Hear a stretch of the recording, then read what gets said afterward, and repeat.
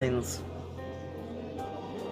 Or as nice as it can get, with worries of Isabella's whereabouts creeping up to me every now and then. She hasn't showed up for at least that last talk we had in the hallway, and dinner I've bought had since been given to a different neighbor before it spoils. By all means, this shouldn't be anything to lose sleep over. She's gone on work trips before, usually for a day or two. This might be simply one of those, although it's often a message with a message saying exactly where. But it's the door note she has ended our last chat with that gnaws. Like an ugly premonition.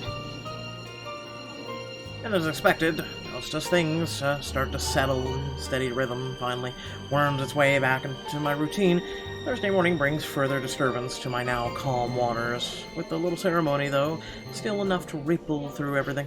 In retrospective, I really should have seen this coming. Wexburn is a small city, relatively speaking, compared to, say, London, Glasgow. It's nothing but a tiny mass of land boasting a mere population of 68,000. But those numbers alone are nothing to scoff at when standing in a busy street. And if you pay close enough attention, faces taking the crosswalk or riding the subway will soon grow familiar. How unfortunate that out of that number it has to be the Tayo and Luke I encounter more than once. Oh, you know, a few problems popping up here and there that the agents failed to tell us somehow. Nothing a few hired hands can't fix, of course. I would have preferred a place near the city and something that's new to save us all the trouble. But darling wife insisted. Who am I to say no? Are you kidding me? His smug head is the first thing I see upon turning into the hall, in spite of the small crowd of parents and students gathered at the corridor for the primaries career day. It's not that he stands out, he's pretty unremarkable at first glance, frankly. However, it's his countenance that draws people's eyes to him. The manner he carries himself with all the confidence in the world, his mere presence dwarfing everything around him.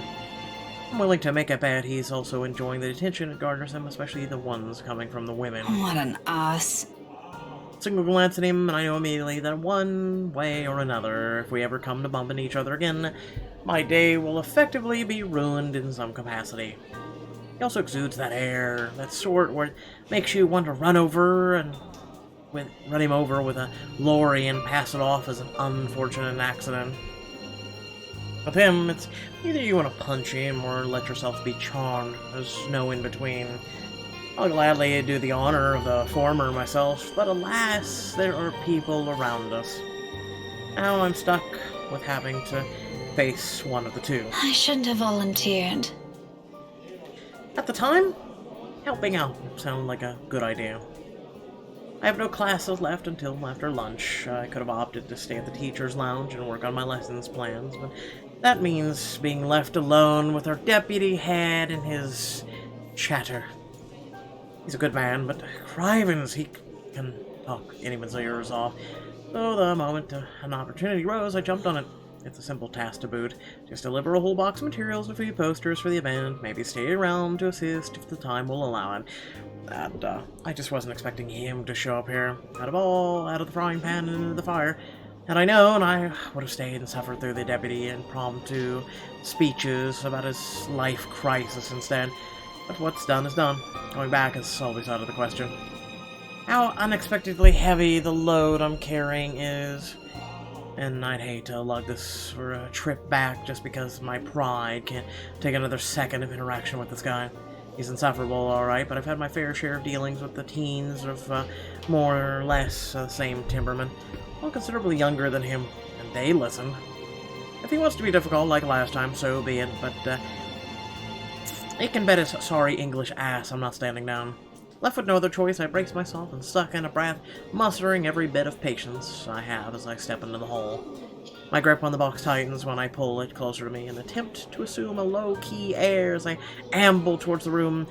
The box is not big enough to hide my face, even with the stuff piled on top, but if all else fails, I just hit him with it. Still, a small prayer forms in my head. If there's anyone listening out there, please grant me enough restraint. Better yet, I hope he doesn't notice me at all. That'll definitely make my life easier. Seriously, how hard can it be? Stands a few ways from the door, and there's plenty of people between us and the to use for cover. If I'm careful, I can just go in, hand in the stupid box to whoever's in charge, forget every plan of staying longer than necessary, and step out as soon as possible. Easy as pie. But, as luck would have it, the exact moment I reach the room's threshold, someone barrels towards me. She latches onto my waist before topping the sudden commotion with a gleeful squeal. It's Kylie, isn't it? I knew it's you! God damn it, Kylie. The force of it nearly throws me off balance, sending the items stacked atop the box, tilting dangerously to the sides. With the child's added weight on my waist, pinning me on the spot, and both hands occupied, watching is the only thing I'm able to do. The short seconds in between slows as everything gradually slides off the box's small surface. Under different circumstances, this would have made for a funny story some other time. Comical even. Until another set of hands reaches out and steadies the poster, threatening to take the nosedive right to the floor. Oh, careful now, Daisy. Don't make a mess here. My entire body freezes. Upon hearing his voice alone, an irrational impulse to hit him immediately bubbles up. But before my limbs could catch up with my brain is currently screaming at me, he moves to take the burden off my arms. Irritation gives way to surprise, then confusion. It is in that moment, then, when the instinct finally kicks in and I tug the box closer to me before he can What are you doing? What does it look like? You're surprisingly slow on the uptake for someone of your profession, aren't you? Bloody, doesn't this school have people for this kind of work? So much for being a center of academic excellence. I'm going to ignore that slight to my alma mater and my work, because that's not what I'm trying to get at. You know what? Why don't we just rephrase that to something you'll easily understand? Why exactly are you doing this? Well, you look like you could use a bit of help. Have you seen your face while you were heaving this around? Mister, I'm pretty sure if there's ever a look on my face, it's entirely because I saw something extremely unpleasant this morning. Aren't you a ball of sunshine today, Daisy? Having a bad day, aren't we? Oh, you have no idea. Every time we see your face, it's a bad day. I'd put it away if I were you. You might scare the children. You don't have to worry about that. This isn't my department. I was just asked to bring these. Anyway, I can handle this myself, mister. The room's just right over there. Behind you, in fact. Now, if you could please move over and make way, it would do the whole world some good. Keeping my voice level throughout is a miracle in and of itself, but regardless of how polite my request is, he doesn't budge. Did what I just said merely fly over his head? Were my choice of words really that difficult to comprehend? Surely it shouldn't be that hard. I think he might be a little touched in the head. I'd like to ask him that, actually, but Kylie chooses that instant to pipe in. Don't worry, Miss Pink. Teo's strong. You can leave this to him. My papa does it lots of times, but I'm not allowed to talk about it to anyone. Teo says it's Confidential, Munchkin. That's right. Teo's smart, isn't he, Miss Pink? You're like 6. I'm still of the option or opinion, and he's still a piece of shite. But I must admit, his goddaughter's excitement is contagious as always. A smile makes its way to my lips. She has yet to budge from her place, though, to be honest. I'm starting to lose some feeling on my stomach with how tightly she's wound her arms around I'm it. sure he is, Kylie. But I'm also sure he'll find better use for it elsewhere. Like helping you out. Oh, well, that's one thing, but You heard the kid. no one's asking you. Oh, you wound me, woman. And I'm quite certain I can do more damage than that. Shall we give it a try? Again? He pales, stammers for a bit until he ultimately decides against saying anything else and settles for a brief show of discomfort instead. He's probably having flashbacks of the last time we met. His composure, when he finally regains some of his bearings, says it all. It's nothing short of hilarious if I do say so myself. I'll have you know that threats never work on me, Daisy. Not in a million years, not ever. You're assuming it's a threat. How cute. That too. I'm not scared of you. Just because you landed a hit. Uh-huh. Do go on. Keep telling yourself that. It was a fluke, you hear? I was caught off guard and your damn book left a dent. If I end up in a hospital because of what you did, I'm sending the chief of Luxburn Police after you, woman! This guy. You don't say. Just give me that bloody box. Snatches headed out of my arms, where a single word of protest sucks into my mouth and quickly disappears behind the classroom. Not that it matters who brings it now. My prior irritation has already melted into amusement. He's not so bad once you figure out how his temperament works. It's almost similar to a child. Though I still have to ask. Kylie, did your Tio eat something bad before coming here? He's unusually nice today. A far-fetched idea, I know, but it's the only reason I can think of why this arsehole is suddenly acting like a decent human. He's still, quite frankly, far from being. First and foremost, we didn't end our last meeting on a good note. If I were him, I'd avoid the very person who put a dent on his skull, so he amply put him. Why he's acting so friendly 2 days later? He always is. But I made him promise to be extra nice to you since you helped me so much. I think you're gonna be great friends. No. Quickly stomp on the urge to groan loudly or gag at that. He's the last person I ever want to be chummy with in this whole city, but Kylie doesn't need to know that. Are you sure it's not something he ate during breakfast? I gave him some jelly babies this morning. Really brought me lots of them. Mama said I should share, so I offered half of it to Tio when he picked me up. He likes the black ones. Oh, that's probably why he's weird. Jelly baby overdose. Jelly babies. He could have done everyone a favor and choked on them while he's at it. Do you want some? I've got more. I couldn't find Melody or Takako this morning, but I'm sure they'll be fine sharing some of it with you. No, I'm not really very fond of them. I was just asking. Oh, where's your mum, by the way? Out of town with Papa. An unexpected pang hits me at their words. That statement, though innocent enough, unearths a whole trunk of memories from my childhood. So eerily familiar. Nights spent eating dinners alone, the number of days coming home to an empty house, growing, well, with each passing year, and sometimes several Christmas Eves spent with relatives instead of my own family. It's too late to think about it now, but when I remember, the dull ache is still there, familiar, though lessened by the years now. Beside me, Kylie takes a step back. Having gotten tired of clinging to me, there's nothing but cheer in her. She doesn't seem to be too affected by the fact. Although it makes me wonder how much of it's real, and how much is there to mask the loneliness if there isn't one. What a lucky child. Weren't they informed of career day beforehand? Yeah, I told them all about it. Mama was looking forward to it. And they still left? Uh-huh. It's important business, so it can't be helped. They promised to tell me about it when they come back tomorrow, though. Papa said he'll give me a gift if I behave. I've been a good girl, right, Miss Pink? You always are. But they asked they asked your Tio to look after you? For this? Nope, they didn't. No? Then how? It was supposed to be Tia. Mama likes her better than Tio, so she asked her, but she's sick and had to visit the doctor today. Oh, that's supposed to be a secret, by the way. Oh, but I think it's a bit confusing because Tio said she also went shopping. That's unfair. Don't you think so, Miss Pink? Mama, it's still okay, though, since Tio always buys me sweets before we go home. Hello, Justin. I'm gonna ask for a parfait today. Extra large. Don't tell Takako, okay?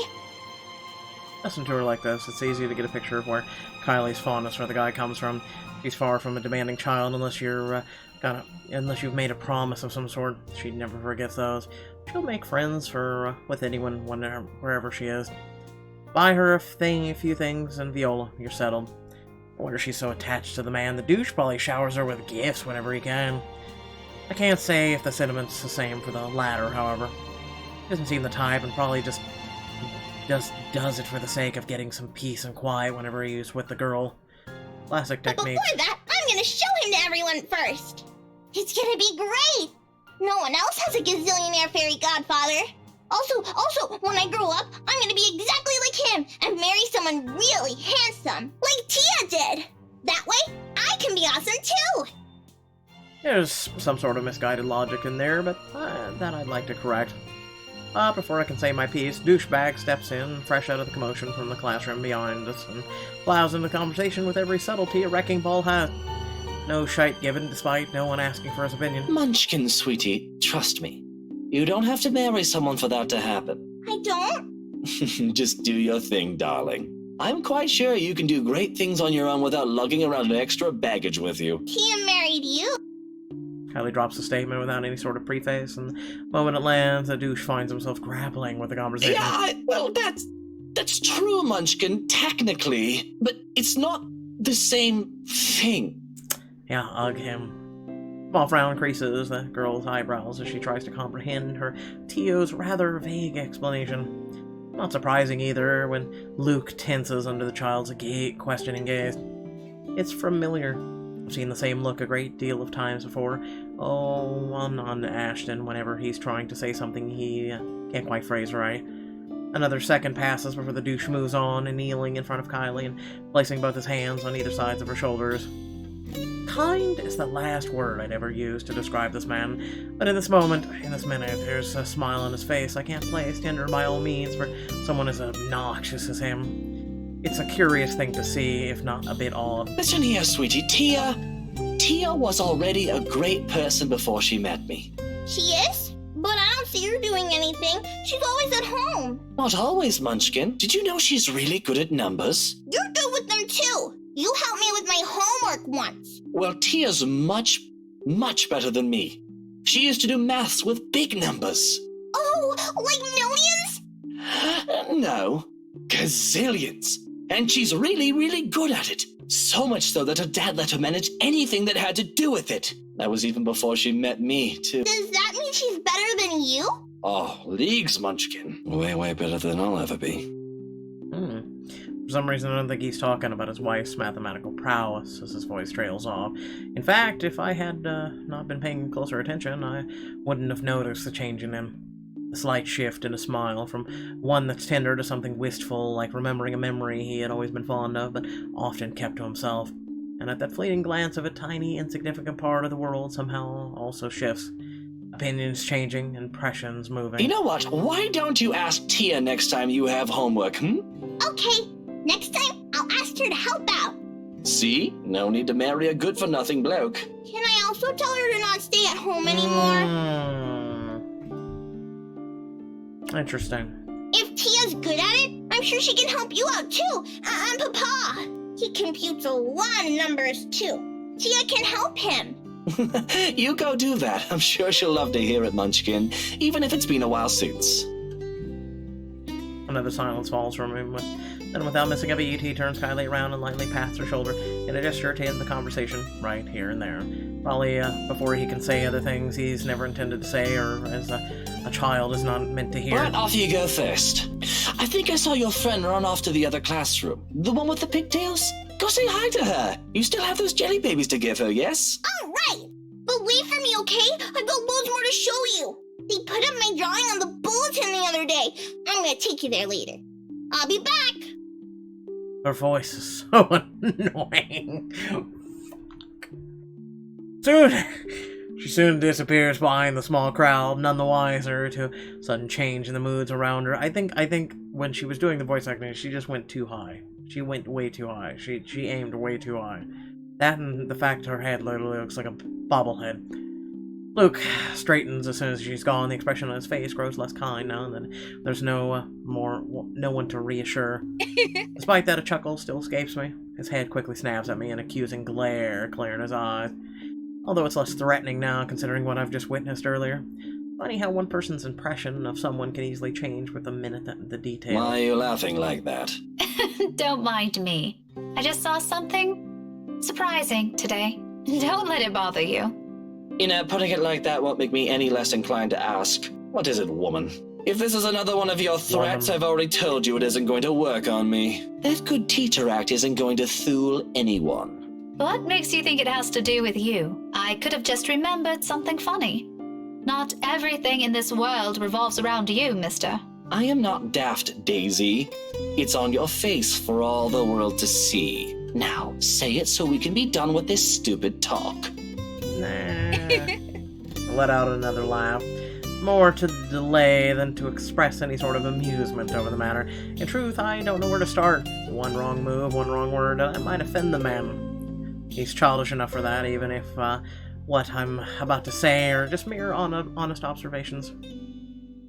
You're good at handling her.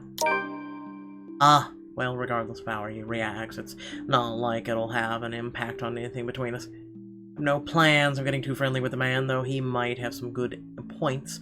Emphasis on might. The best treatment I can hope myself to give him is to stop thinking of him as a sleazy douche. Besides, after seeing the look on him, I figure someone like him can use a little compliment here and there. He probably doesn't get it much, considering how coarse his own language can get. Can't you act a wee bit polite for even a second of your life? It won't kill you. You'll easily get answers that way, you know? Instead of demanding things from people like a temperamental man-child. I'll be nice when I want to be, woman. Don't tell me what to do. If you call her one woman one more time, I'll start calling you man. Douche man! And here I was just thinking how you're doing a brilliant job as Kylie's guardian. Was I mistaken? Was I mistaken? What? Sorry, I didn't catch that. Stop playing dumb. I hate to admit it, but you actually seem to be good with kids. Possibly even better than most of the teachers here. What do you know? I've expected him to just take it all in, bloat his ego more, and then even brag about it. Instead, what I get from him is a sound resembling a squawk. Maybe that's him choking on his own pride. I can't tell above the hubbub surrounding him. But when I glance at him, only a mortified expression is on his face. No. No? You should be proud of yourself. At least there's this one good thing about you. Isn't that nice to hear? Pretty sure not a lot of compliments get thrown around about you, knowing how you are. There are a lot of good things about me, Daisy. Name me 5 that don't include your money, what you own, or what you've done with your life. Good luck. My hair, for one. Oh. There's also my extraordinary good looks. Wax lyrical about those all you want. I'd be happy to hear it any day. Praise anything about me but that. What is so repulsive about it? Even Kylie likes you. Shouldn't that tell you anything about yourself? Kylie is one kid, not even my own. Trust me, you do not want to see me bring a spawn of my own into this world. This will be an abomination. Just the real question is this before, during, or after he found out that he'd be a father? Is that what you keep telling yourself? Maybe. Is it any of your business? No. But if I didn't know any better, I'd say this is because you yourself think you're a little piece of shite and somehow it'll pass on. It doesn't work like that, by the way. Last remark just came out. There might be a sliver of truth in it, but I shouldn't have phrased it like that. Even for my own standards, or the kind of person I'm talking to, it's still quite rude. An apology is already in my throat, but the minute I open my mouth, all of what I've prepared myself to say dissipates, lost in the moment in front of me. He's turned his gaze outside, staring at some point past the buildings, blocking the view of the sky, equally lost in his own thoughts. He's a vexing man under so many standards. However, in this moment, the morning light streaming from the window lends his features a certain air. Softer, less severe than what he often flaunts. I might as well be looking at a different man. There's a tender note to his voice when he finds it. The words mutter under his breath, not intended for anyone but himself. Nevertheless, reaches my ears, unintentional as it may be. You're right. She deserves someone far better than me. All that talk about self-worth makes sense now. It isn't some profound knowledge he pulled it out of his ass. It has come about because he's already been there. Likely still stuck in the middle of it. Preaching about your own personal experience is easier, after all. Less room for mistakes, more of a dose of self-loathing. What a complicated man. When you thought you figured him out, he does one more thing and says the other. People like him are the most difficult to gauge, far harder to understand, yet it might be exactly for this reason why some are so easily charmed by him. It's a mystery that catches them, or wanting to find out what's underneath that bravado. I won't count myself among those yet. His winning personality isn't exactly my cup of tea, but sometimes once you get that glimpse of what's behind the machoism, emphasizing with the man isn't such a steep hill to climb. If the comfortable silence we now share tells anything, that is. Perhaps that is as close to a friendship as we can get. Several insults flung around with a few shared silences in between, and, well, that's not exactly a bad thing. He's not exactly a bad guy either, despite the awkward start we've had. Maybe it's for this reason I can't resist throwing in a little comment to lift his mood before leaving him. You know, Luke, you're not such a bad person. Is that supposed to make me feel better? Take it how you will, but a little attitude change would help. A lot. Bollocks. Right, of course. Let me know when you're done with your lecture, ma'am. And you can probably start by not leaving your wife out while you're having some quality time with your goddaughter. Who knows? Maybe that'll help change how the child sees her. Ooh. Where did you even get the idea I'm leaving my wife out? Have you ever even met? No, but I did see her with you two last time. His indifferent expression quickly dissolves into confused scowl, while I meet it with a matched perplexity. It has only been 2 days, surely his memory isn't that bad. No, it is with all the alcohol he consumes. What? When was this? At the cafe, after you left. She was sitting right beside you. Kylie was at the back and you were driving. Daisy, are you sure you haven't accidentally hit yourself with your own book? Because that damn thing's quite big, and I'm really getting worried about you. It has only been a few days, and concussions can be dangerous. I suggest you have that checked. Well, you asked. I just answered. It's pretty rude to make her wait like that, by the way. How can I make her wait when she's not even with us? What? It was just Kylie and I that night. Now you're just pulling my leg. His exhales long and drawn out, his impatience rapidly changing the companionable air around us. In the face of it, I tense. Accidentally stepped into another minefield. Any chat I've had with him so far has been like this. Why this still surprises me, escapes me, but above my worries of offending the man is my own bewilderment. I remember well enough that I saw that night, and yet he says completely different. Wifey was out with Kylie's mummy that night. She wasn't with us. How do you think I ended up on babysitting duty? But in the front seat. And Kylie's... Miss Pink! Anyone got a screwdriver? Ellie's sob reaches my ears first, and then her familiar weight returns around my waist again. Hot tears seep through my blouse as she buries her face in it, her arms winding tightly around me.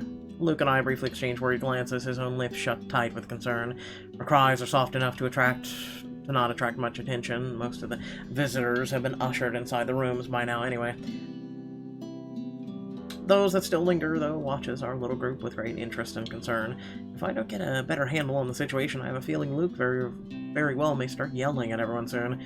Kneeling, I gently pull the girl away from me, covering her face and wiping away her tears, creating little trails on her cheeks. Her mouth is drawn in a miserable pout when she peers up at me. All right, Kylie. Calm down. What happened? It's my friend! That's a little too vague, Munchkin. Let her speak, Luke. Who is it, Kylie? Melody? Or was it the other one? Yeah. Did the two of you fight? She nods and immediately clams up after, letting her sobs communicate the story instead, or as much as her shaking shoulders can tell me. Right behind me, Luke gives a nervous huff while he shifts on his feet. He must not be used to handling children crying. What a wuss. Sweetie, I won't be able to help you if you don't tell me what happened. I disagree with that. It doesn't make you a wuss because you don't handle children crying. That just makes you uncomfortable. That does make you a wuss. I guess pass before she responds again. The tears are already gone when she finally musters the strength to talk, her cry subsiding to mere snuffles. I wanted to give her the rest of the jelly babies, but she won't come out. Where? Where is she? In the little girl's room. Is she still there? But they're I not. won't say what's wrong. I kept asking her, but she told me to go away. Career day's going to start soon. I saw the prizes Miss Alice will give us for good. She's gonna miss it. Is that what you told her? Yeah, she won't listen. She won't even take the jelly babies. After I saved it for her, too. She and Luke wanted to eat the red ones, but I told him it's not for him. Miss Pink, can you talk to her? Tell her to come out. And I'm really upset with her. You have such a massive head. Ah, just a little childish argument then. Times like this, I'm glad I teach teenagers mature enough for petty squabbles. I do love being around children and won't mind having one or two of my own in the future, but it takes a whole different level of patience to teach several of them. God, tell me about it. I honestly admire my colleagues who willingly took on the challenge. Normally, I'll leave this for the homeroom teachers to fix, but I can't just ignore the imploring look she shoots me. It's another weakness I have to steel myself against before I ever think of having one of my own. For now, I give in to it. Okay, tell me where she is, sweetie. Sighing, I stand up and gesture for her to lead the way. Luke trails quietly behind us. Even with the small distance between, his apprehension is palpable, understandably so. No one wants to be caught in the middle of a children's spat. But in the end, this is all part of my job. I can't just shy away from it, can I? Kylie escorts us to an adjacent hall. At this hour, the corridors and the rooms lining its sides are empty. Save for the gentle rustling leaves, the twittering of birds outside, and tapping of our feet against the floor, the whole area stays eerily quiet. Not usually unusual, though. This is part of the building reserved for club activities at the end of the school day, and with the rest of the school busy with the event, it's only natural for it to be deserted. Come afternoon, right after class, it'll once again be filled with people. For the time being, I focus on the toilets at the far end, heading straight for it. Luke stays behind, opting to wait for the end of the drama instead, obviously not wanting to deal with another person's child. Meanwhile, Kylie follows right after me, unusually silent as we approach the ladies' room. Sometime before we made the turn down the hallway, she had stopped sniffling and started singing a tune under her breath. London Bridge is falling down, falling down, falling down. London Bridge is falling down, my fair lady. Oh, I'm sorry, did you expect my head to turn? Probably to brace or calm herself. Or maybe this is her way of preparing to pull her friend out of her sulk. It certainly reminds me of another person. I make no remarks on it, however. It's all part of growing up, they say. Let her learn. The door slightly ajar when we get to it from inside. The sobs of a girl echo weakly, barely audible even in this kind of hush. Turns out Kylie's not the only one who's upset about this. Despite the situation, a smile forms on my lips as I call out to her friend. Hello? Hello there? You're Kylie's friend, aren't you? Melody, is it? She's looking for you. Children can be so amusing sometimes, I bet, until she's got a knife and she's gonna kill your ass. Granted, they can be exasperating, especially around this age, but the endearing things about them outweigh those. All you need is enough level of patience. Career day's about to start, too. You'll have to come out, or you're going to be really late for it. Miss Alice won't be happy if one of her kids isn't there. I heard she brought little gifts for everyone who'll behave. Don't you want to receive one? However, her cries show no signs of abating. They only grow louder. Not really crying, I'd say that's soft giggles or things like that. Not close to a wail. Alarming, regardless. Are you okay? From where I'm standing, it sounds almost like she's in some kind of pain, and it's not impossible. They do that at times, hiding what ails them for the fear of reprimand. If it's like that, then coaxing her out might be useless. It also makes sense why she chose the loo furthest from the classroom. Wasting no time, I just for Kylie to wait and amble towards the door calmly so I don't alarm her. At the same time, a distant sense of deja vu hits me. I've been in this position before, behind a door when someone's crying on the other side, my calls ignored as their cries grow into a wail. Just this past week, actually. But even so, being in the same situation before doesn't bring any comfort. I'm putting up with the child beside me. It's a thick undercurrent of worrying trickling into my stomach. Take one last breath and then nudge open the door. It all happens in the span of a second. I don't make it past 2 steps into the room. The cries abruptly stop. Light footsteps shuffle behind me, coming to a halt at the door. My heart skips a beat, and then I turn. Kylie? Miss I had Pink? to. Had to. Miss Pink? Why didn't you help her? My whole body becomes motionless at the sight of her, words catching in my throat and heart pounding rapidly against my chest. This is Kylie. I'm sure of it. Yet nothing in the manner she speaks or the way she tilts her head in question carries the youthful, innocent vibe she always brings with her. As I'm merely looking at the dead, hollow imitation of the child. Can't you hear her? She's asking for your help. Ooh. But it is not those that trigger a memory. It's those chilling eyes, falling, beckoning. Why won't you listen to her? All at once, the memory returns to me. A tide that has receded now returns to shore with an overwhelming force, carrying images of a single moment from days ago, of a world passing by in a blur and features I can barely discern under the light. Little light there was. Not even a week has passed. In this minute, while I keep my eyes trained on the child before me, they return with such unbearable clarity. There are no horrid wounds this time. No blood streaming down a pale face, thank heavens. Just lips, contorted into a small, twisted smile. They brim with venom I've never expected to see in a child, sending tiny pinpricks of dread crawling up my limbs and winding up my neck. You're a bad person. People like you deserve to die. You're fucking adorable. Can't breathe. Those whispers and laughters again. Judging, mocking, taunting. Each scathing word ringing sharp and true against my ears. My throat closes in. My whole body tenses. A chill settles at the tips of my fingers, every digit gone rigid from the cold. With every single draw of breath, any struggle for air or freedom, the coil wraps around my body tighten, dragging me down. A gradual, tortuous descent into another bottomless abyss. On, and on, and on, until I lose touch with myself and the world. Help me! Until darkness claims me, and, unexpectedly, a note. In the distance, harsh, piercing, cutting through the thick stupor and shattering the haze without Are you warning. ladies done with your business here? I'll have all morning to wait for you two. My eyes snap open and the world shifts into place with a ragged gasp. When I glance up, a different set of eyes greet me. Are you okay, Miss Pink? No anger, no vile hatred in them. Just plain, sincere concern.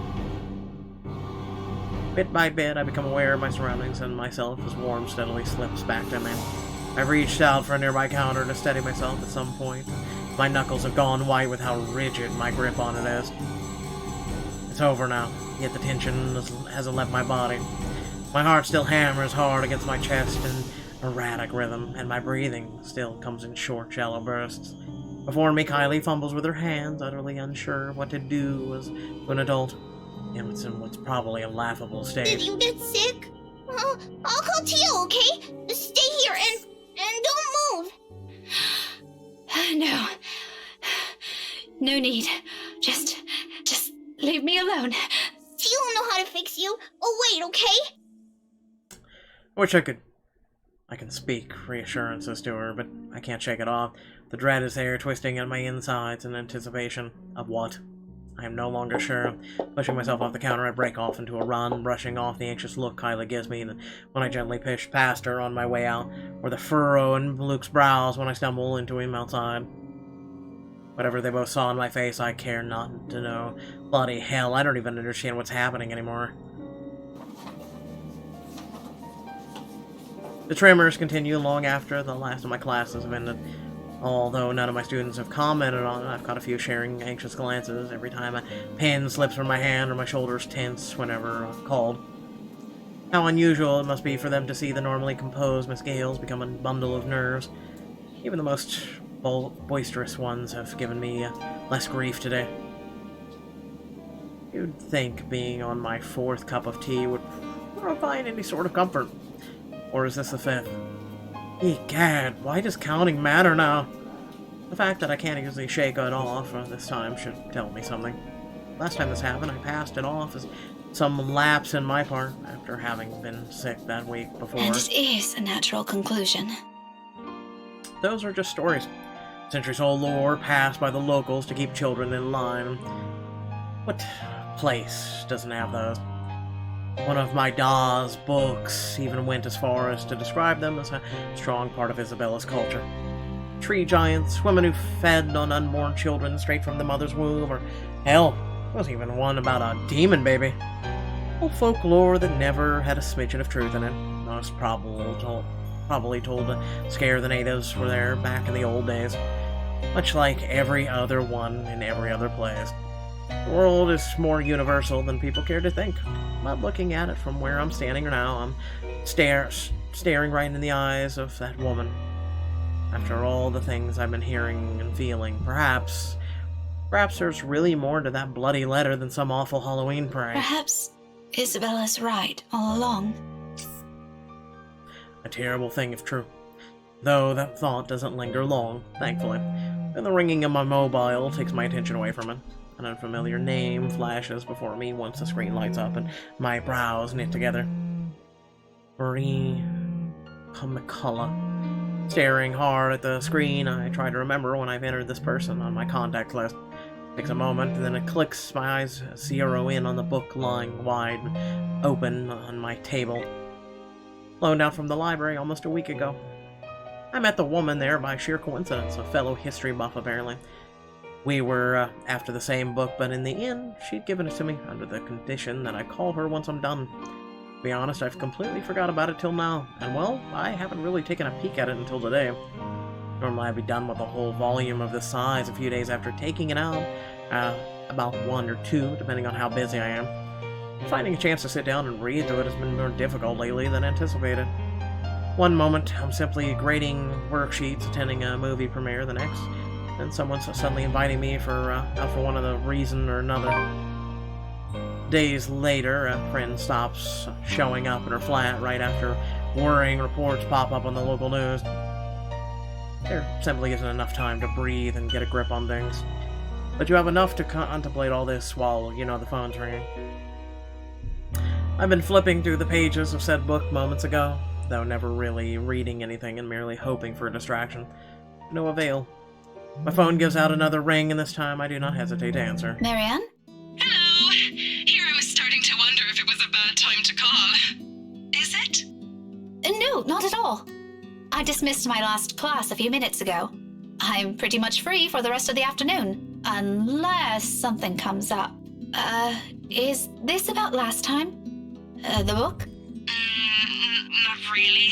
I was hoping to ask you about some other thing. Oh, sure. What about? You grew up in this city, didn't you? Peculiar question to ask someone you've just met, but I answer her nevertheless. I'm more curious about where she's heading with this than by starting with what... Born and raised. 3rd-generation migrant. Why do you ask? So, you must be familiar with the local lore.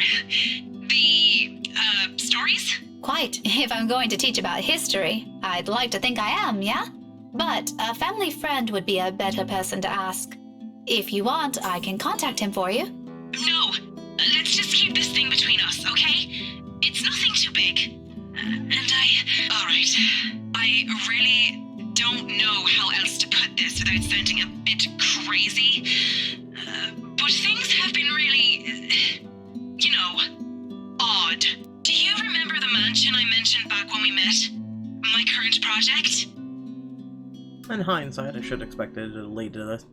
She must have not lived here long if she's just asking about this now. It didn't take a week with Isabel when she arrived, but that's Isabel, superstitious down to the last hair. Though it won't be far off to think Marianne has only started thinking about this recently. She's working on the damn house itself. I must admit, even I'm curious now, despite living here for so many years and having so many chances to look it up before. The Ermengarde Mansion, yes? Yes, that one. And, the thing is... Oh dear, this is a bad idea. You know what? Just forget I ever called you about this. It must have been the sunny weather. It's making me sick and see stupid things. See things? No, wait. It's all right. I don't mind. There's a moment pause before she responds again. She's right in that. That's a silly thing to talk about, especially between what I assume two people are having a pretty grounded on their beliefs with regards to these things. I won't blame her if she hesitates. I can't believe I'm asking you about this. It's fine. Why don't you just think of it as some form of research. Will you two just hook up already, Jesus? Well, alright. But after this, we're going to forget we ever had this talk. Ever. My lips will be sealed. Now, what is it about the mansion? Just, what do you know about it? The general gist. The place is past. What happened to the owners? Anything you can give me? Let's see. To start off, I do my best to give her a concise summary from the time the house was commissioned 400 years ago and who had it built, up to the point where it got deserted after the last heir's death and the deed was passed on to the Ermengarde's nearest relatives. Frankly, if it weren't for those urban legends persisting, the house would have probably already faded into obscurity long ago. Demolished, even. These are all nothing she probably hasn't heard of before, yet there's a dissatisfaction in her tone once I finish. That's all there really is to it? as far as I know. There's this little bit I forgot to mention about Lady Charlotte Ermengarde's death, but most of those are just theories. Aside from that, this is really everything we've been teaching all these years. Should there be anything more? No mention of any other weird stuff? Other crazy stories? Or a letter of some sort? My blood runs cold. Any warmth and comfort the tea I've drank has given me prior has instantly been drained out of me. The phone creaks softly as my light hold on it turns into a firm grip.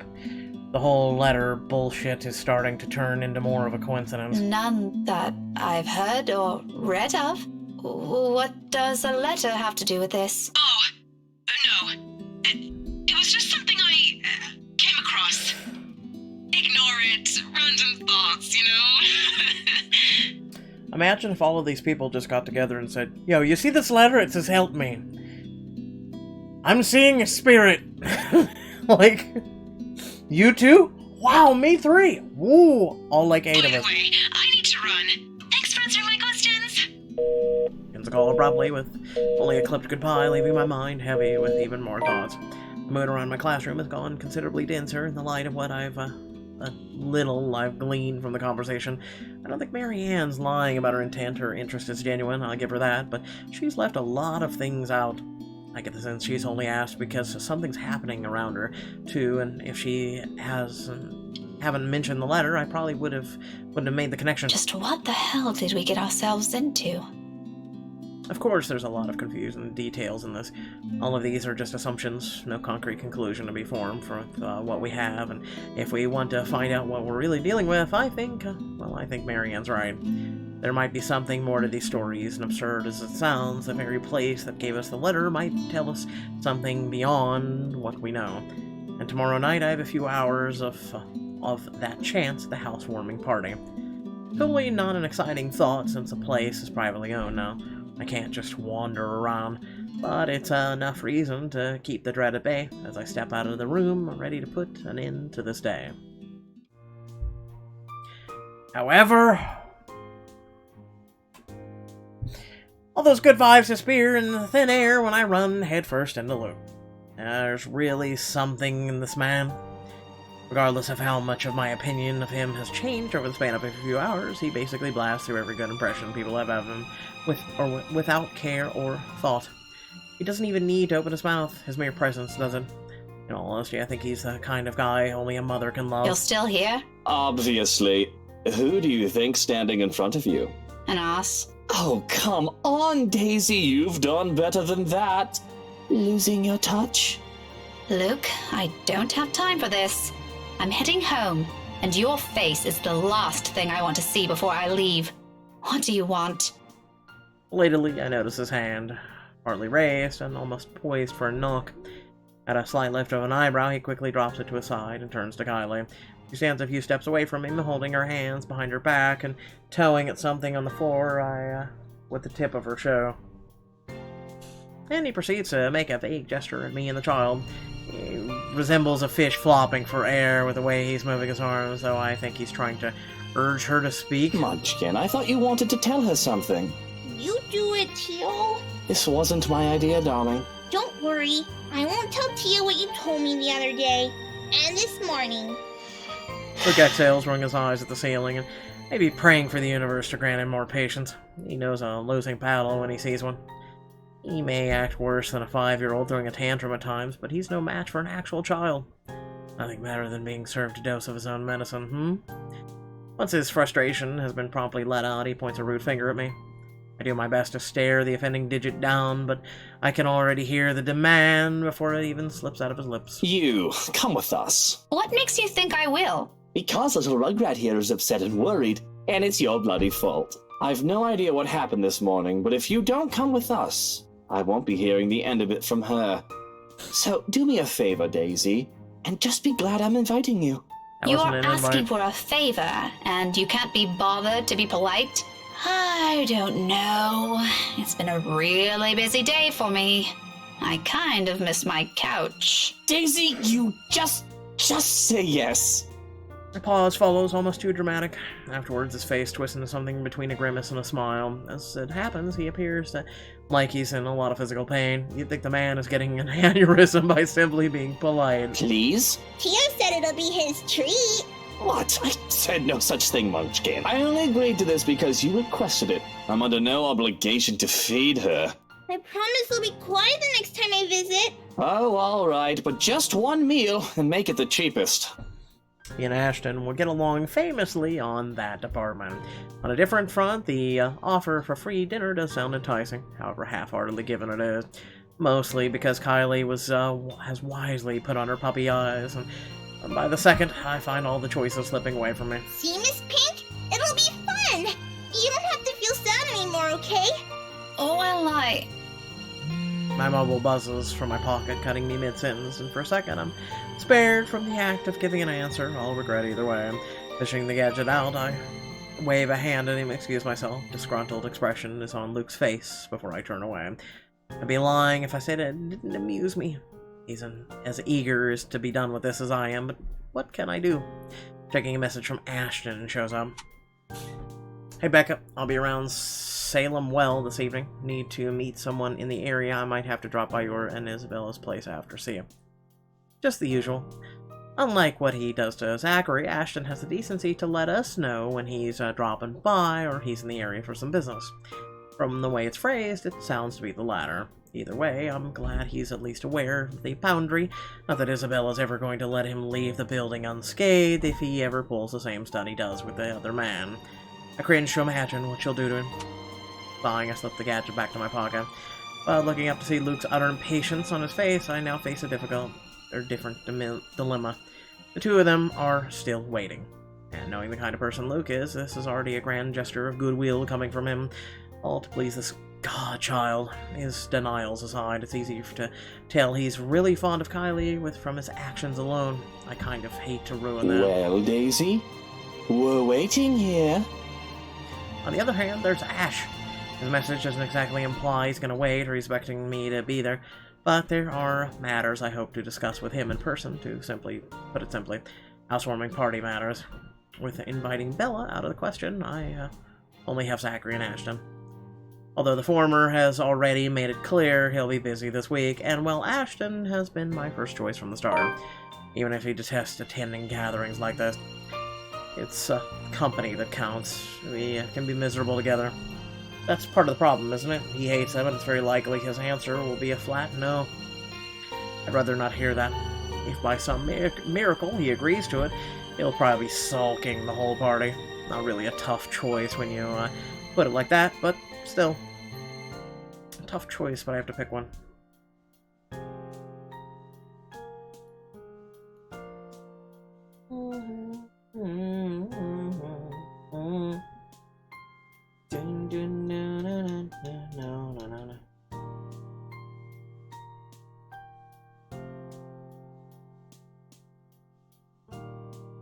I'm trying to remember, because I think this choice hinders on, things. I could be wrong.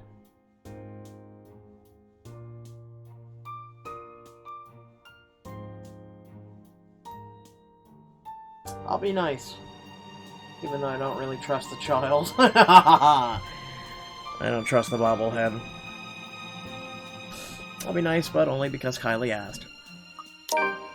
In the end, it's my own fondness for Kylie that wins out.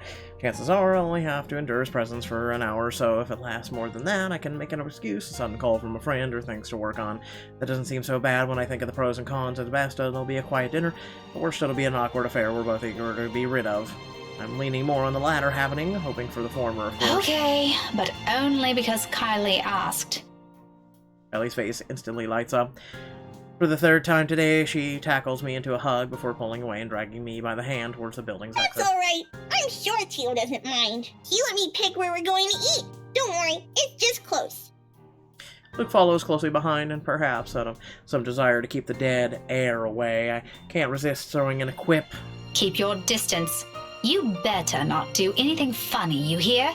I'm the one who should keep my distance. May I remind you who approached me first and what you did right after? Oh, I remember it clearly. But perhaps it's you who needs a reminder. You seem to have never learned your lesson. Care we give it another try? Maybe this time it'll stick. Maybe this time it'll stick.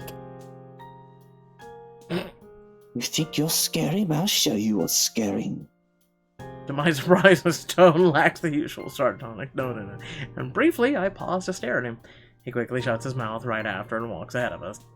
All talk and no trousers like usual, and for the better part of our walk, except for Kylie's excited chatter, we don't speak. Somehow, I have this strange feeling I'm already getting used to this kind of banter with him. I'm not sure if that's a good or bad thing. And amidst the newfound friendship, dare I call it that, Ashton's message lays forgotten and abandoned in my pocket. Of all the places nearest to the school, Kylie picked this one, and waiting for the food to be served is as awkward as I've imagined it would be. Not the bad sort, though. The pleasant kind. Surprisingly, Luke's an okay bloke when he tries. When he tries, as long as you're willing to look past the tactless remarks or we're not exchanging acerbic quips. Clearly, he's making an effort for this to be fun as possible for the 6-year-old by being chattier, even though as far as to laugh when Kylie's story calls for it. It's an interesting thing to hear from the man. More than once, I catch his frequent cheesing off expression, easing whenever he looks at the girl. And your friend? Did you make up with her? Yep. She said she just saw something she didn't like. She didn't accept the jellies, though. She told me to give it to you instead. She knows you like the red ones, too. Very well. Hand it to me later. I'll bring some of them home. And I think your Tia would love to have some. What a terrible liar. He says he dislikes the idea of having children of his own, but it's easy to see some part of him genuinely wants them. What's stopping him? As Kylie wanders to a nearby bookshelf, after having lost interest in the conversation, however, we both revert back to silence. On our own, we have little to talk about aside from a few questions about the other here and there. At one point, it does veer on local politics and history. He's surprisingly versed with it and can hold a decent conversation without throwing a jibe. Nothing too personal is ever mentioned so far, though. It's too easy for those, and besides, I don't like him enough to speak of every minute detail of my life. Better keeping it strictly between the silence and the casual repertoire. This whole thing usually already feels and looks wrong on so many levels. I'm quite sure he feels the same. So when another bout of silence hits us and becomes too much, I've taken to finding something else to occupy myself. Toying with my mobile. Turning it from hand to hand while we wait for our respective meals. But it'll be a complete lie if I say I'm not waiting for some intervention. Something to pull me away from this place. Someone. Ashton's probably Salem well by the time, working on whatever business he has there. Maybe if I make up an excuse and leave now, I can still catch him. Cut that out. It's distracting. My hand stills, holding the gadget awkwardly between us and arrested mid-pass by his bored tone. He's been quiet for a long minute now, after complaining about how appalling the tea they're serving here is. Before that, he was whined about how uncomfortable his chair is and the tasteless of the decorations they have here. Previous to that, he had griped about how dull the place is compared to the one he frequents on the upper-class side of the city. Well, I'm sorry for being a bunch of peasants, your majesty. Figures he'd lose patience soon, having already grumbled about everything, almost everything his eyes can reach. It's just unfortunate he's turned to me now. Why don't you just look somewhere else? I can't. If I turn elsewhere, I might end up looking at the bobfuck right behind us. The hell is that? Have I played Violent? No, I haven't played it. Bob, do I even want to ask? I don't want to hear it. If it's coming out of his mouth, it can only be either rude or offensive. Regardless, he Everything continues. looks good. But have you seen the face? True horror. What is wrong with you? You know, I frown about this in practice, but that mouth needs to be washed out with a particularly potent soap. Preferably by your own mum. A shame she isn't here, For whatever reason, that puts an end to that talk right away. He returns to watching his godchild, who has found particularly interesting a picture and is now poring over it while I turn back to my mobile. Still no message.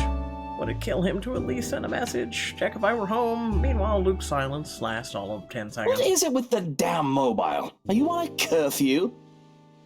He's got the immature act down pat, I'll give him that. Seriously, how old is this guy? Has he somehow been deprived of affection during childhood? And what is it to you? I don't think it's any of your business what I do with it. It is my business, all right? 1, I'm the one paying here. 2, I'm being forced to eat dinner in a place this stuffed and noisy. Lastly, it's been 10 minutes, the food isn't here, and I'm hungry. What you're doing with the mobile is annoying and distracting, when the least you could do is keep things entertaining while I suffer. That's your problem? Shouldn't you be more worried about how this entire affair looks to other people? Oh, I didn't realize this was one. You move fast, Daisy. You could have informed me first, you know. Had I known, I would have taken you someplace nicer. Certainly the kind with better food and plenty of good wine. Why did I ever think this was a good idea? Did it ever occur to you how inappropriate this might look to everyone? Why should I care? It's only inappropriate if you make it out to be. Relax. I won't do anything to make your boyfriend angry. He doesn't even need to know we dined out. It'll be our dirty little secret. He's not my boyfriend! Words come out with more force than I've intended. By the time I realize my slip-up, my lips are already spread in a sneer. He slowly crawls up on my face. So there is someone. You're so easy to read. Briefly, his eyes search my face. I have no idea what he sees, nor do I care to know, but in the next second he barks out a laugh, displaying his amusement without reserve to everyone within earshot. In that moment I know I flipped a switch in him somewhere and I've lost my chance to deny his assumptions. Do I even want to know? Isn't that the reason why I've been so focused on my mobile, waiting for another message for him? For a reason to dump this awkward meeting to go after him? Look how mottled you are. Now the nickname makes more sense. Shy Miss Pink and her cute little crush. The color suits you, by the way. It matches the hair. It's not a crush! Classic denial. But in reality, you want him to be yours, and your every move is made to make him notice you. In fact, you don't want him to see you with another man in a non-professional capacity, because he might misinterpret it. The same thing goes for you, doesn't it? Bloody, yours is even worse. What about your wife? Aren't you concerned she might misinterpret this? You know, I just noticed he doesn't have a ring finger on.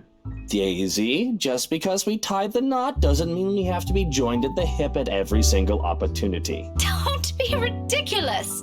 Why else would you marry her if you don't want to be with her for the rest of your lives? Because, Daisy, she also has other things she can do with her life and friends to spend time with. Granted, I don't like some of them, and I have a few of my own she utterly dislikes. But wifey doesn't have to know my every move. Nor do I hers. Do you know how boring that would be? To be with the same person for all hours of the day, losing sleep over the mere fact they're not with you? Boring it would be? Not boring.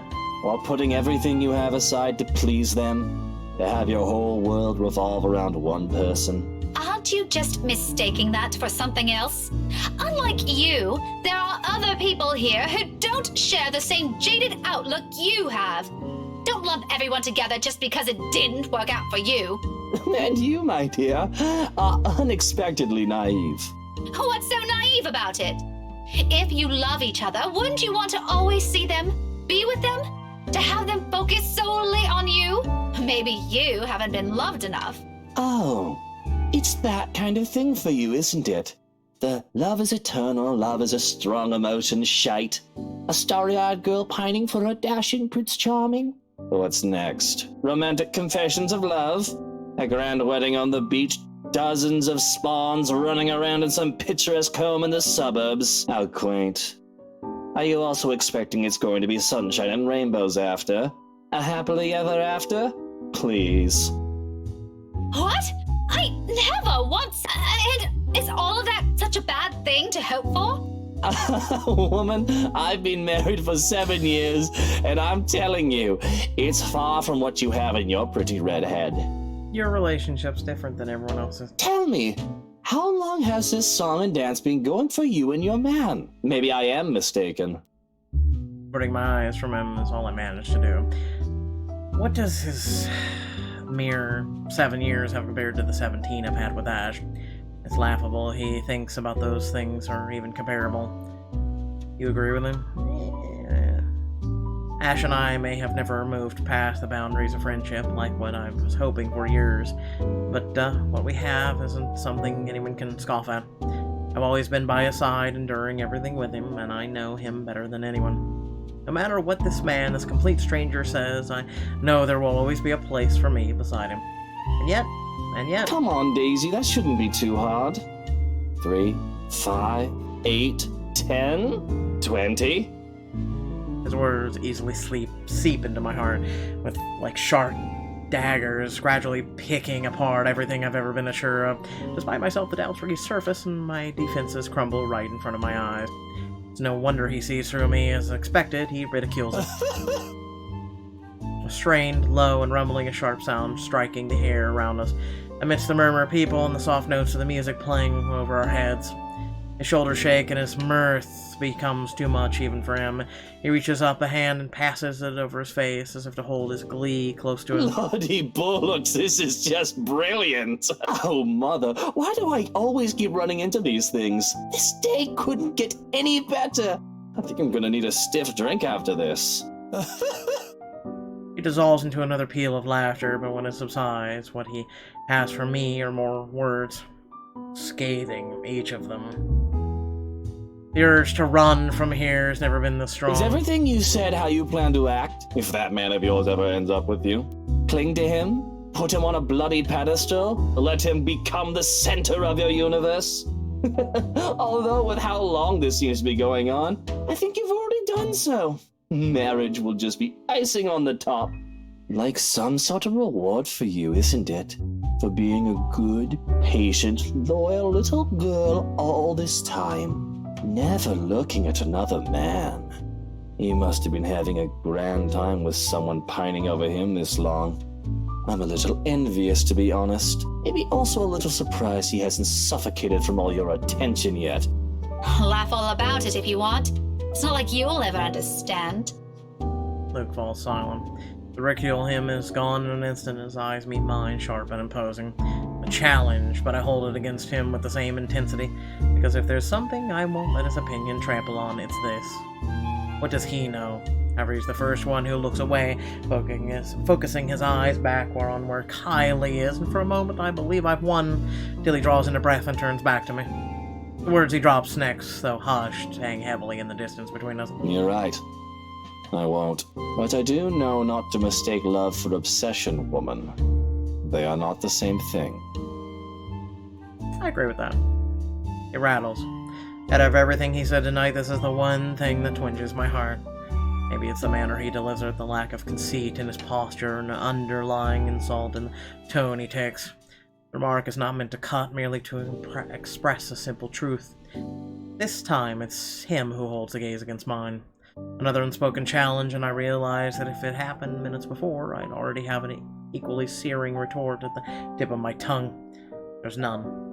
But the anger is there, ringing at my insides, prodding at the uncertainties I've long kept. Isn't it enough?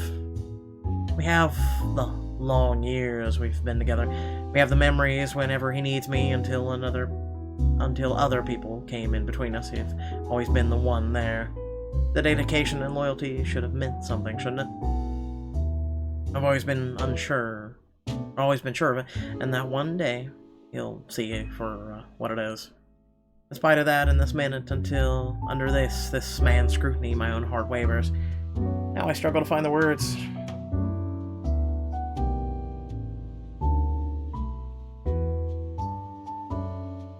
Thing is the guy's never gonna know.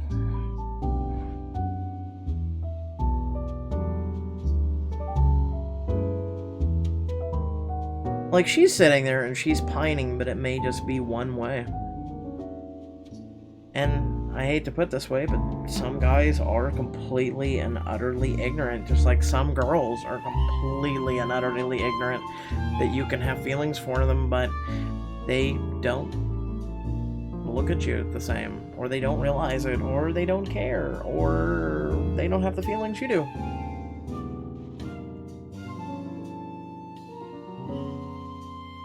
What right do you have? What right? How dare he, though? How dare he just waltz in and act like he can do as he pleases, says what he wants, or trample over other people's feelings.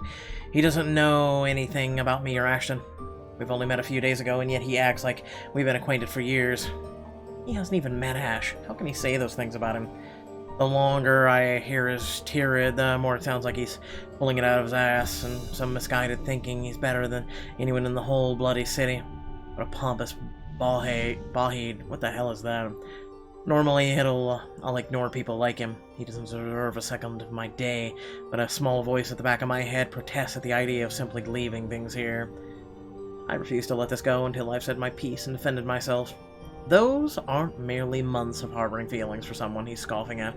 They're made of years, all of it built upon memories we've had from childhood. What right do you have to tell me that? None whatsoever, Daisy.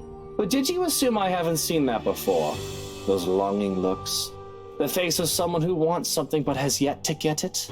Give me a little credit here, woman. I'm not daft, nor am I blind to your silly little feelings. No, you're just sexist. It's plastered all over your face anyway. I didn't even need to try. A pause comes after her while I wait for him to add to that. He doesn't, but briefly a wistful expression spreads across his face, surprisingly gentle, as if remembering an old memory from once upon a time, or something he has constantly seen in the mirror. Gone in the next second. Then he turns his attention on a box beside him. For the next few minutes he contents himself with making a mess out of the paper napkins inside, folding them into a clean shapes without any clear intent before crumpling them in his hand when he loses interest and dumping them in a small pile in front of him. I allow it to... Holy sweet mother of Christ, how long does it take to get our food? I allow it to go on for a little while before I interrupt him.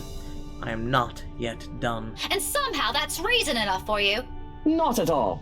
In fact, you didn't even need to stay here and listen to me ramble about it. Go on, walk away, the door's wide open. If you wish to be done with this mindless topic. You certainly won't hear me complaining if we just drop this now. I, for one, am very eager to be done with this stupid nonsense about your man and your... You don't know me. Pauses in the middle of folding another paper napkin into an airplane and glances up at me. I'm quite sure we've already established that, Daisy. But go ahead. And you know not a single thing about him. That too is true. Are you going anywhere with this? We've always been together since we were children. We've been friends for a long time. We know each other better than anyone. I know where this is gonna go. Allow me to deflate your ego. If he knew you better than anyone, why doesn't he know your feelings about him? Compared to those 7 measly years you're so proud of, we've been with each other for almost a lifetime. Not quite.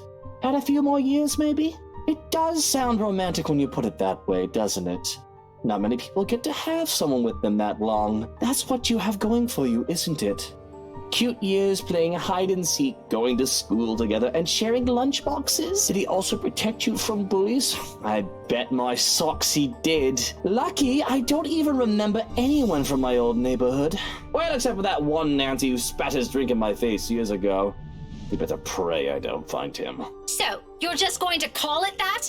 Despite what I told you, you're just going to call it an obsession? Isn't it? What? Of course it isn't. Didn't I already tell you? Did it ever cross your mind how your man would feel about all this? You think I've never thought of that? Listen here, you. Or were you expecting he'll simply feel the same all because of some shared history you have? Because fun fact, Daisy, feelings change and people most definitely also change with time. Whoever that person was 10 or 20 years ago, whatever idea you have of them floating inside your head, they won't be the same now. What are you trying to get at? Suppose that man of yours wants something else for himself. What if he never returns your feelings, the way you so desperately want him to? What will you do? That's not going to...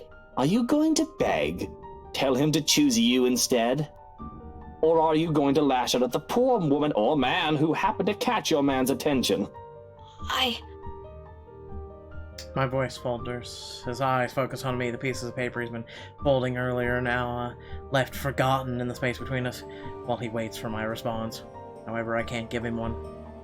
He's already aware of that, and shows in his face when his lips form a lopsided smirk. How can I, when I've made my suspicions all along? One that rears its ugly head every time I simply see the two of them in the same room. Oh, I hit a nerve. That's none of your business. It's true, though.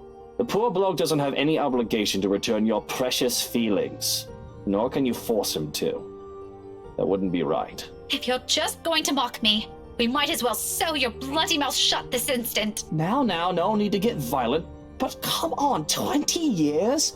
Gordon Bennett, if nothing's happening past that mark, you might as well consider your options, woman. Not gonna lie, I do agree with that. Even I wouldn't last that long. Stop it. One of these days, I'd like to meet the guy and share a few drinks with him, just to give the poor bloke a break from you. And probably see how dense he really is. I mean, a lovely woman like you chasing after him, and he doesn't give a shite? That's new. It'll be on me, don't worry. I said stop it! I don't want to hear a word of it anymore! Chair scrapes the floor as I abruptly push away from the table to stand, looming over him with the most piercing glower I can summon, angered, undeterred by my own raging, ragged breathing and clenched fists, looking down at him in the same manner he did to me throughout this chat. The only way I can keep my pride intact in front of him and the other people watching the scene unfold. I hate this man. I hate the fact that he can unsettle me like this, turning everything around what I've believed in, which were words alone. What's more awful, it's how easily those can replace the ideas I hold dear to me. Not because I am easily swayed, but because in each of them I'm aware there's a sliver of truth. Minutes pass in quiet tension. Some of the diners have already lost interest in the commotion and have returned to their meals. A waiter serves our food soon enough, not soon enough, and Kylie makes her way back to her table unaware. How is she unaware? But before I can take a seat, Luke mutters something. The word spoken in the same biting tone he has assumed since earlier. By my opinion of the man, I stop to look at him. His eyes are on his food, and as he speaks, busying himself with cutting a portion of the meat on his plate. But what comes out of him only rings true against my ears, above the din of the coffee house. Is that all you are? Just some lovesick woman craving for another's affection? I sincerely hope not. Kylie spoke highly of you. He spears a piece of his food, pops it in his mouth, and that's it. With that, however, he leaves another challenge up in the air. Another question. One whole day with this man, and I still can't forget what his deal is, or figure out. This time, I don't rise up to it. Doing so means facing a different set of truths, and I'm not ready to face bitter truths. Those are for me to ponder on later, not in front of these people or him. His loathsome face, his sneers, are the last thing I'd ever want to see if that introspection never happened. But for all this, I can't bring myself to think of him as someone wholly despicable. The rest of the meal slips by in silence afterwards. Aside from Kylie's occasional chatter, the whole dinner goes by without another word exchanged between the two of us. Somehow we manage to make it through the whole thing without triggering another tension-riddled conversation. Good thing, perhaps, one, because Kylie's sitting in front of us, and two, I probably won't be able to hold proper conversation with my mind heavy with thoughts. We depart from the coffee house just as the evening crowd starts to thin out. The same wordless silence fills our short walk back to the school, except for when Luke gestures at a nearby flower shop and enters it without waiting for Kylie and I. He emerges minutes after, carrying a bouquet of daffodils with the same softened expression back on his face. Unlike the previous one, he tucks this one away almost as soon as he looks up at us, a moment's before he's unwilling to share. To my confusion, he merely answers with a shrug and continues walking. For someone important. I accept it for what it is, if only because he doesn't owe me an explanation. It doesn't leave more questions about him, each one as baffling as the previous ones. Those are the last words spoken this evening before we head out on our own ways. Up until I arrive at home, I still can't understand him. Here, however, a whole different set of questions await me. And much like everything today, it comes with the littlest of things. A lone note greets me upon reaching my unit's door. Its edges flutter lightly against the faint, warm breeze passing through the small complex. I miss warm breezes. It's 30 degrees outside right now. I'm getting colder by the minute. Help me. Send help. My hand stops short of twisting the knob as I stare at it, though I don't make any moves to take it. Ashton's neat, script lines at surface. Dropped by earlier, you weren't around. Any ideas where Scaredy Cat is? I couldn't contact her. Inspector Abigail has a few questions. LPD stuff. Something about her dead co-workers. Anyway, let me know how the two of you have been doing. See you later, Ash. Message he left short and straight to the point, but not without the underlying hint of friendship.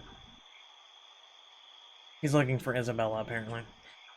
Something about the LPD's investigation for her co-worker's death, but it ends with a formal tone by checking on me. Us. Any other day, the former part of the message will likely prod at the piercing envy I've been holding, while the latter will probably send my heart aflutter. Little things from him that I want to mean something more. Yet this time, only guilt fills me, and my eyes briefly shifting towards Isabella's empty unit. Luke's words repeat inside my head as I do. Is that all you are? Just some lovesick woman craving for another's affection?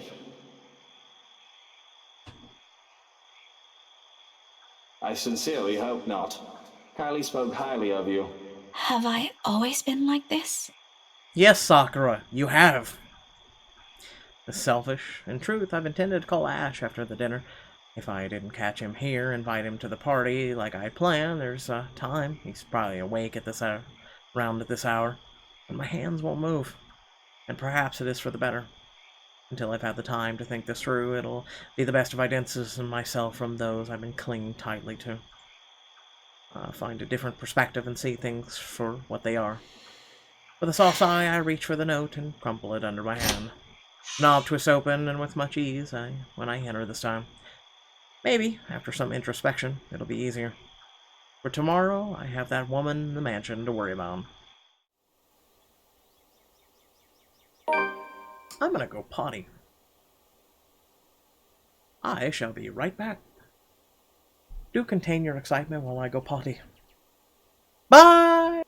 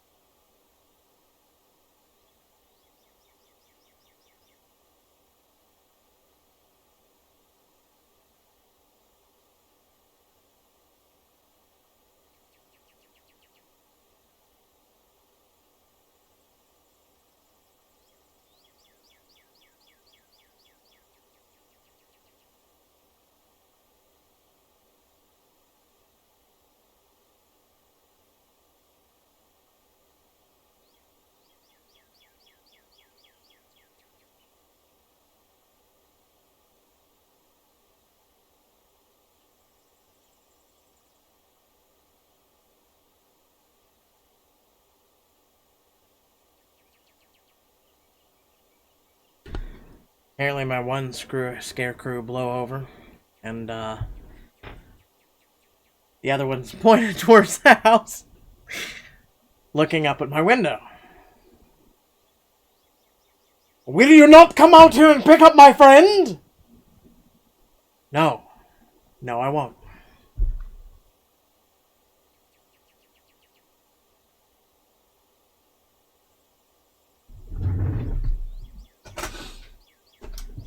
Too bloody cold outside is why, okay? Alright, let us continue this journey.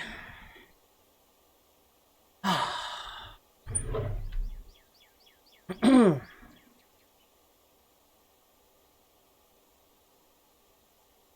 night wears on without further incident, despite the great number of thoughts swimming inside my head. Come morning, there's only a hush-strained sort of stillness, unlike the ones greeting me every morn. This one's uneasy, tied with anticipation, like a string stretched thin, merely waiting for the proper time to snap. Granted, it doesn't make my day any less pleasant, but the edge is there. And as expected, the second I step out of my flat, it comes apart, broken by the voices of two squabbling adults echoing from the floor below. The quiet was nice while it lasted. Shame. What the hell were you thinking? I wasn't. Ow! Could you let go? Hi, you two. About a few seconds later, they both ascend the stairs with Ashton pulling Isabella by her wrist. She struggles as she should, but his hold on her remains firm. Freeing herself means having to draw blood, but she's attempting to pry his hand off from her, the other one, or using unnecessary force to push herself away. Neither of which is he better than the other. One could potentially end up in an accident, while the other means having to hurt him physically. She has a good sense to realize that, at least. However, it doesn't take the desperate edge in her voice when she answers Ashton's temper with her own. So, on they go. None the wiser to my presence. Do you have any idea how much trouble you could get in? That's why I'm asking you for help. Is this what you've been doing these past 3 days? Because this doesn't make your case convincing, Isabella. Rose died, Ash. I know. Every single person in Luxburg knows. It's on the damn news. But that doesn't mean... People are missing. Some of those are my friends. And BRC's just covering it all up. You can't just barge into my office and expect me to do anything about it, right off the bat. This isn't a children's game, Isabella. We have procedures. We have to follow protocol. There's red tape all over this case for a reason. We sure as hell don't investigate things just because some stupid letter spooked us. Ash, you have to believe me this time. If we don't do anything right now, more people will... It's been a whole week. This stupid letter prank is getting old real fast. I'm sick of it. It was funny the first time, not so much now. You're the only one that can help me with this, Ash. Even Rebecca won't. All right, you two are awfully loud. Speak of the devil, and he shall appear. What's going on here? Both of their heads snap up almost in unison. A displeased frown is on each of their faces, but this is a necessary interruption. What can they do? People still in their units have already taken interest on the commotion, with some taking a peek behind their curtains, while others are bold enough to creak open the doors, if only slightly. Then there's me running outside going, "What the fuck is going on? Keep it down!" If they don't keep it down, pretty soon our landlady will show up. Getting a reprimand from her is the last thing I want to happen first thing on a Friday morning, even if this is hardly my fault. Well, if you want to continue this, you two better do it elsewhere. Don't worry, we're done here. No, we aren't. Becca, I looked it up. I called them. I visited some of them and... Which you shouldn't have done in the first place. Isabella, you're going to create more problems for us with what you're doing. A team has already been assigned to it. Leave it to us. Your precious team is looking at it the wrong way. Becca, it's not just Rose. There are others. That last bit strikes a chord, prods strongly at a memory. But that vicious smile already etched deeply inside my mind. The image appears clear enough that at the mere mention of it I stumble on my own question. What do you mean? The letter, Rebecca! It's not... It's nothing. If there's really something going on because of that dumb letter, none of us would be standing here. We've all read it, haven't we? But Rebecca's alive. Zach's alive, I'm alive. So for the last time, this isn't a curse. There's a murderer on the loose, and your coworkers happen to be the victims. Give it a rest, Isabella. It's too early for this shit. Don't you think that's too much for a coincidence? Or is it too late for this shit? Not so much. Most serial killers follow a pattern. I'll tell you about it some other time. And anyway, coincidence or not, the point is, civilians like you aren't supposed to get involved. You're putting yourself in danger. I wasn't chasing after. Will the both of you slow down and stop arguing for a minute? What's this about your coworkers, Belle? Becca, please don't tell me now you believe this shit. Sure. In a heartbeat, I'll agree with Ashton. That's how it's always been. Besides having a very good point, really, they're the very same ones he'll make every time I ask too many questions. But the fact of the matter is, what he wants to hear from me right now is far from what I've been sensing these past few days. It doesn't matter what Isabella or I believe on our own. Something odd has been happening around me, and the letter she picked up at the heart of it. But, however, I respond to the question in their faces. Only one of them will be pleased with it.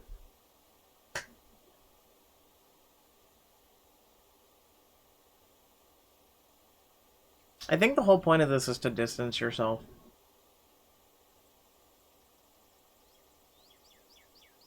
Before the landlady comes out.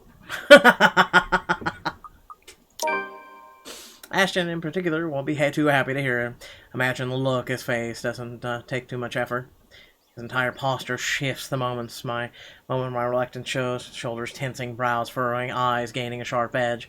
He's already bracing himself for the disappointment. And it will be a disappointment. Not in a million years did I ever believe I'll be saying this either. I might have seen her. The woman Belle's been telling us about. The one she said she saw in the attic. Both of them stare at me like I've grown an extra head. And for a few moments, Ashton looks as if he's about to have a fit. Pause treads at its heels after. A silence thick enough one can almost hear a pin drop. Okay, and? You're kidding, right?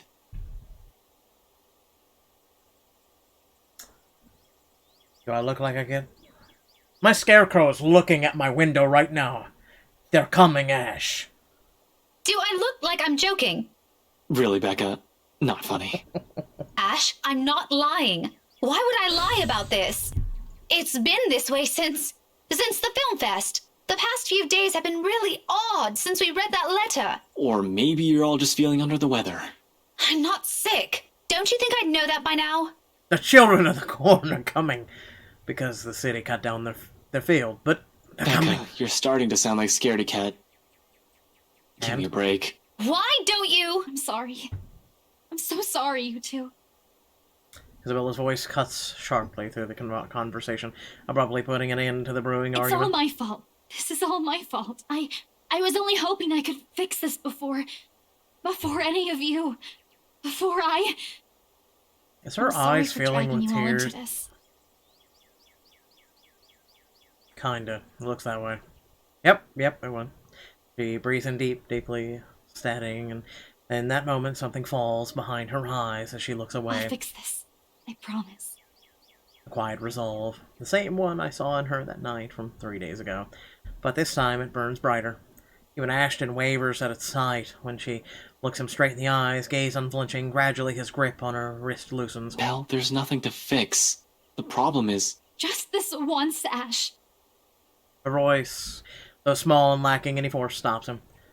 Along with it, every sound, every noise dies around us, a hush descending as if the world is waiting for her words. You don't have to come with me, but if I don't do anything, I am going to regret it. She lays a hand on top of his. Gentle, pleading, almost intimate, if one does not consider the circumstances we found ourselves in. Please. Ashton will never tell a soul. Will never admit it even to himself, but it is in that short second that his own resolve breaks. The moment the hard edge in his eye softens and he relinquishes his hold on her, letting his hand fall limply to his side. Wordlessly, Isabella steps back and runs off, leaving only a muttered thanks and a small, lackluster smile. Only after the last of her footsteps fade away does Ashton move. breaking the silence with one of his sharp exhales before reaching up to pinch the bridge of his nose in a gesture of frustration and surrender. Did you really have to tell her that? I have something to tell you, too. She's had a crush on you for like 20 fucking years, and you, Mr. Detective, are gullible enough and ignorant enough not to realize it. I'm gonna go in my apartment now, and I'm gonna go ahead and close the door, and, I expect you off my fucking balcony in the next 2 minutes. What do you want to hear from me then? That everything's fine? No, I want all of you to stop putting these ideas in her head. None of it is helping. Never mind. Don't worry about her. I'll bring her back here. He's already poised to leave when my own instincts take over. I reach for him, gripping his elbow with the same unyielding grip the action prompted by voices whispering at the back of my mind. He's already made it clear he's not going to believe me, but he deserves a word of caution. Who knows where all this will take us, how all of this will end, and he shouldn't be caught off guard, beliefs notwithstanding. Ash, I know you don't believe in those things she's saying. And you know me. I'm less inclined to believe in those things as you do. You're also less inclined that this will ever happen between you and him. Sakura, meet Sasuke. Sasuke, Sakura.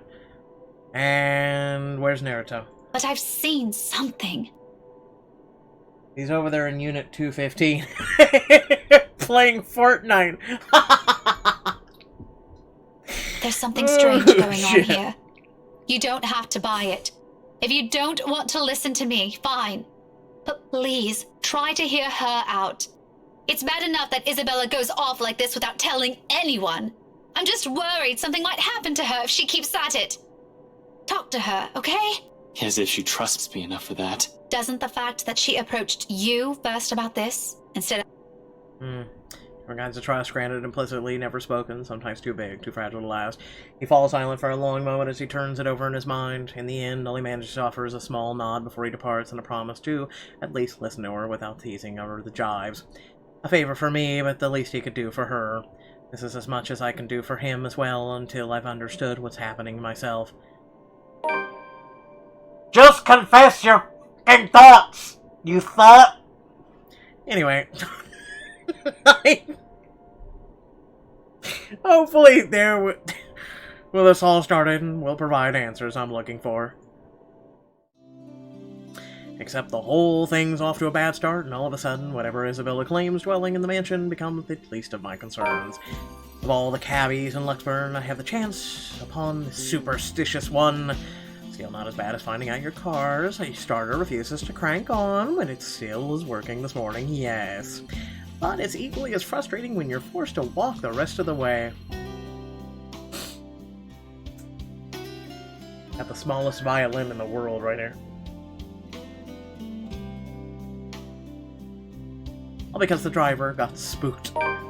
Isabella and him will get along so well. Literally, I had to walk 20 plus miles today in 30-degree weather with 30 plus mile per hour winds. He walked a few feet. I do get his reasons. After all, I've had my fair taste of bizarre lately, all of which might have been brought upon that letter Isabella found here. But you'd think he'd at least be charitable enough to take me a little closer to the house itself, not a distance 15 minutes away from it by foot. Good thing I'm not wearing anything too formal or constricting. Otherwise, that short walk would have likely put me in a bad mood long before I have to suffer in a room full of strangers tonight. Look at that weather. Look at that weather. I would kill to walk in that weather right now. Oh, you poor thing. Although this soon proves to be a problem the second the driveway comes into view and I near the entrance. Severely underdressed is a total understatement to describe how I look. Cars worth more than my apartment and childhood home combined line the mansion's front yard, and men and women decked out in their best also flock near the entrance. Most are eager for the festivities to start, while some are simply idling about, enjoying the warm afternoon sun before it sets. Oh, you poor thing, the warm sun. But once the woman standing at the front porch speaks, their undivided attention immediately shifts to her. Presumably Miss Wright, from the confident manner she holds herself among present company. This, despite giving a far simpler appearance, and the rest of her own guests are not having her own husband beside her. A trait worthy of utmost admiration at best. At worst, she's the envy of every woman, the subject of every gossip in Luxburn. Welcome everyone. And Mum said we could have been good friends. I can't even picture myself mingling with the kind of guest she has. Though I admit she does seem familiar now that I've seen her this close. Memories of sitting in a vanity, not mine, being dressed in clothes too fancy for my taste. They flit briefly in my mind until her cheerful tone rises above the buzz of her enraptured audience again. Please make yourselves at home. I wish I could share her enthusiasm, really. Not being surrounded by all this extravagance, for the better lack of a term, merely makes me dread how the rest of the night might go. I shouldn't have let Luke's words affect me like this. I should have just gone ahead and asked Ashton like I planned. If he were here, then I wouldn't have to... Be careful with Shirley, alright? The rest of that dies in my mind at once, so a moment of astonishment overcomes me before confusion sets in seconds later. It takes only another for my body to catch up. Once it does, when I finally turn to see it myself, it's his familiar mop of hair that catches my eyes first. And there he is, almost an arm's reach if it wasn't for the guests standing between us. Ashton Frey standing in Ermengarde Mansion's driveway, with an air too lackadaisical for someone who absolutely abhors parties of any form, or has any business here, as far as I know. The picture it forms is too bizarre for me, that my mouth speaks out ahead of my coherent thoughts. Ashton? He swivels on his heel with an equally puzzled face. An odd expression flashes momentarily across it once he sees me, though he blinks it away before I can figure out what exactly it is, because she never can figure shit out, apparently. Becca? What are you doing here? I came to stalk you. Sasuke-kun noticed me? I was invited. Really? I had no idea you were friends with the host. Well, it's my parents, actually. But that's beside the point. What are you doing here? You hate parties. I still do. I'm just here on behalf of a friend. That, in itself, is weird coming from him, because he has no friends. It doesn't help that he isn't making any effort to spare a glance my way when he answers. Instead, they're focused on some point in the crowd, his gaze darting between people walking past us until a small frown forms in his face. That's rare. Do you have someone with you, then? Nope, just me. I won't be staying long. Oh, well, if that's the case, maybe you and I can... Chief? Ashton, what's... Unexpectedly, he places a hand on my shoulder, stopping me mid-sentence. He still has the distracted look on him, except this time his eyes are sharper, as if he has found what or who he's been searching for among the throng of partygoers earlier. Sorry, Becca. I need to... The bounce, There's something I need to check for a bit. I'll talk to you later. Do you have a ride home? No, I had to take a cab here. My car wouldn't start this afternoon. But what about... I told you to get that old thing checked before, didn't I? You can head back with me after this. Anyway, I gotta go. See ya. Be careful, okay? To meet the smile he hastily throws my way with a frown of my own. What does he mean by that? But before I can ask, already he has turned his back from me and is walking away without a single explanation whatsoever.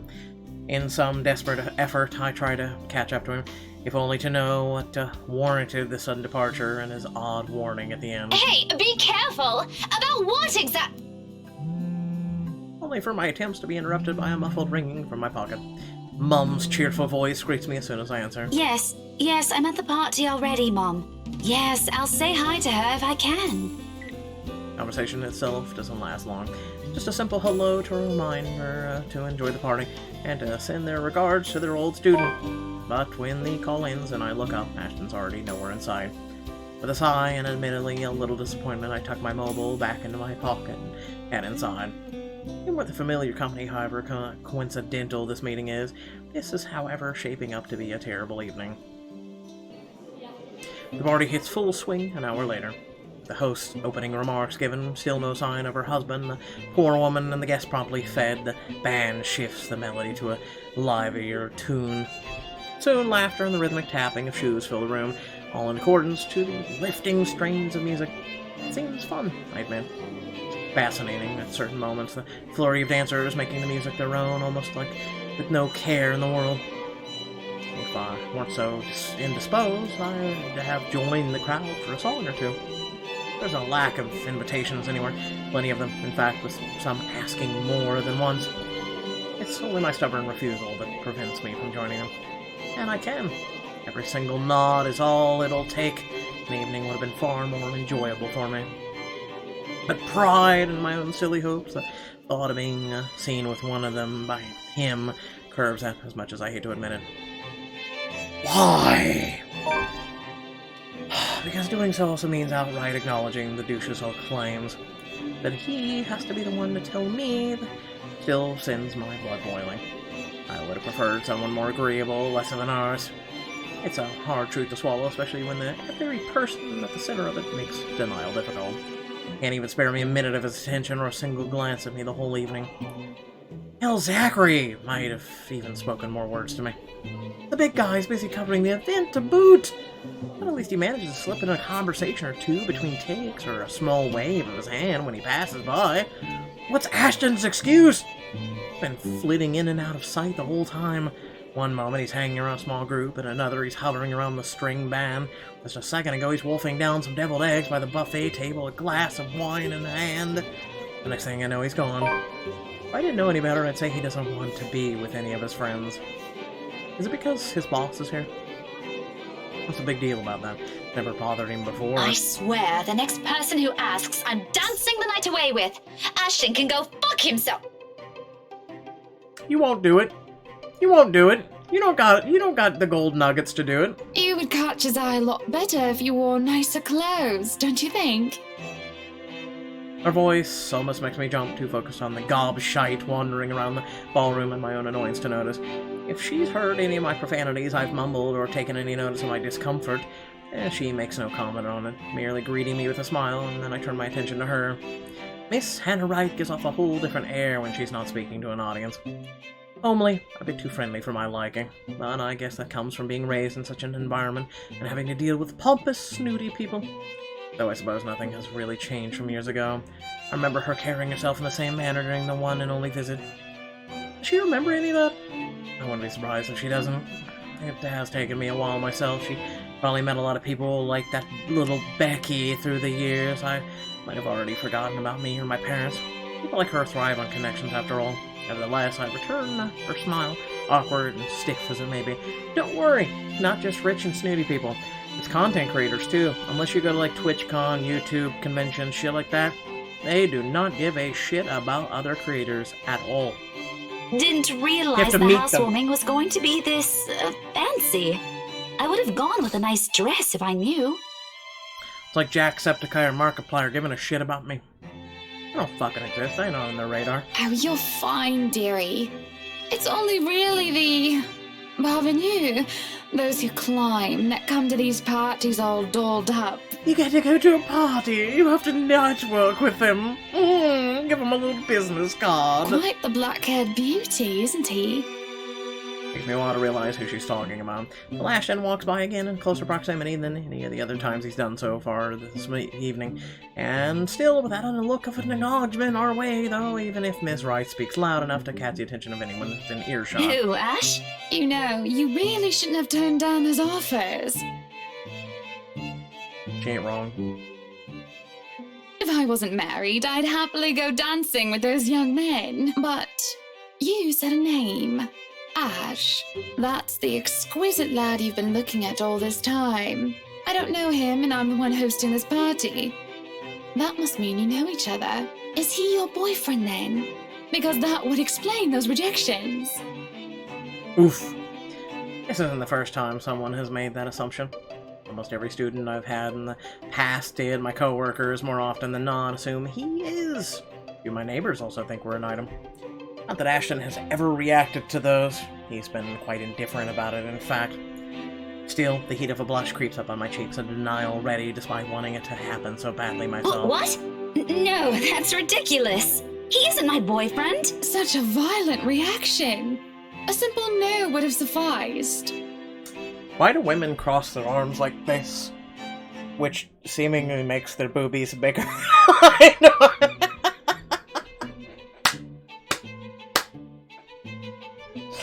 Done. Many here would be happy to hear it. Then they put their arms under them, you know, and they kind of like Do they somehow, like, do women think that it's, like, support or something? Like, I'm noticing this is a trend, okay? Someone explain this shit to me. And I haven't been looking at him. Or is it just for plot? I do my best to summon a straight face, but before a good cheer, it easily falters. That's right. You've been staring. Quite heatedly, in fact. Although I'm not sure if you look like you want to kiss him or kill him. It's more the latter currently. Just don't go murdering him on my property. I don't want to walk into a room and suddenly find a body there. It's infectious, in a way. No sooner I find myself enjoying our chat more than I imagined myself to, although her attention briefly wavers at one point, she remains a good companion. Even more once I mention who my parents are, her face quickly lights up and fondness graces her face, despite the meeting from several years ago being a short one. But of course, there are some things we really can't avoid talking about. After all, it's one of those things I remember her asking me the moment she spotted little Becky in the room. "You have a boyfriend?" In retrospective, it's an odd thing to talk about as children, when there are loads we could have started with. Yes, oh, I remember you! You were the cutest little thing with glasses! And when we met, you were having boy troubles with this lad called something with an A. Same dude. It's been 20 years. Don't worry, same dude. I believe I still have the clothes she gave me. Chosen. Also, I could impress him. And even back then, Ashton has always been denser than a rock, and that one attempt to get him to notice backfired spectacularly. Sure, he's keen, he's a detective for heaven's sake, but feelings, more than often than not, escapes him. That's because you go up to him. You grab his hand like you did earlier, and you look him in the face and go, "I have feelings for you, you idiot. And you either want me, or you can go f*** yourself." Okay.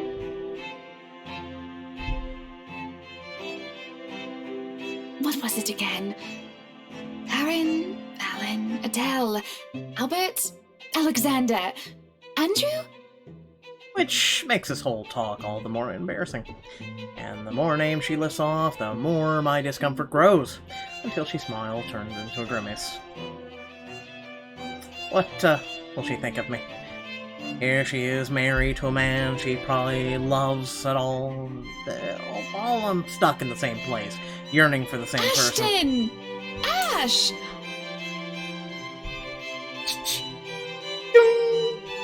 That man is that boy! The same one. Oh, goodness me, after all these years! I can see why, though. He's quite dashing. You don't really need to announce it to everyone within earshot, you know? Keep it down. I'm so sorry, but it really is cute. No, it's not. It's cute for like 6-year-olds. She says that, but for a short moment, a hint of pity flickers in her eye. I take that as a chance to change the subject before any more can be said over the matter. I haven't even figured out how I should feel about the things Luke sold me. Now I'm being dragged into a similar discussion. So, this is a nice party, Miss Wright. Question. Friendship has gone down even more. It's a sinking. It's a sinking. But to be frank, I doubt she's be willing to pass this up. This topic's already captured her attention. Please, Anna's fine. We're friends of a sort, aren't we? We must be friends, seeing as I know about your little infatuation, Becky. Don't you worry, dearie. You'll have your happy ending yet. I'm not too concerned about that, am I? That's not what I'm looking for. Oh? And what makes you think that? Doesn't everybody want their happy ending? The idea of happy endings sounds like they're just for fairy tales. And they are, sorta. I don't think you can just sit around, trapped in some tower and hope for the best. That's me. If you love them, you have to fight for it, right? You're not just going to sit there and hope that everything will just fix itself on its own. Like everything, you have to work at it. Plot twist, they can't hear me now because the window's closed. I gotta wait till spring. Hypocrisy. That's what this is. How dare I preach about something when it's exactly what I've been doing And then I go and act as if I'm entitled to do any of it. That, by virtue of us growing up together, he must return whatever I feel for him. That he's not allowed to look at another because I'm the one who stayed by his side the longest. And in the first place, Ashton has always been his own person. This is something I cannot force him on him. I can only hold on to these, take care of it until the time comes I can confess it to him. Great, if he reciprocates, but if he can't, if he won't, selfish, I've been too selfish. How laughable that Luke's words still strike true upon us. But what do I know? I'm sure the daughter of the two greatest professors I've ever known is smart enough to know what she's talking about. I want to conduct this. At one point, maybe I would have easily agreed to that. However, the past 2 weeks have also seen changes in the way I view things. As nice as these things sound, it turns out whatever I previously know may or not even be true for other people, or for myself.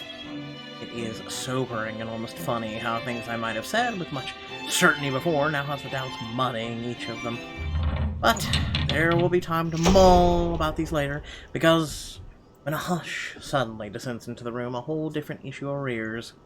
Especially when fucking Luke, strides into the now quiet ballroom, fashionably late and oozing with the same pompous mien he always carries around with him. Good evening, ladies and gents. Enjoying the party?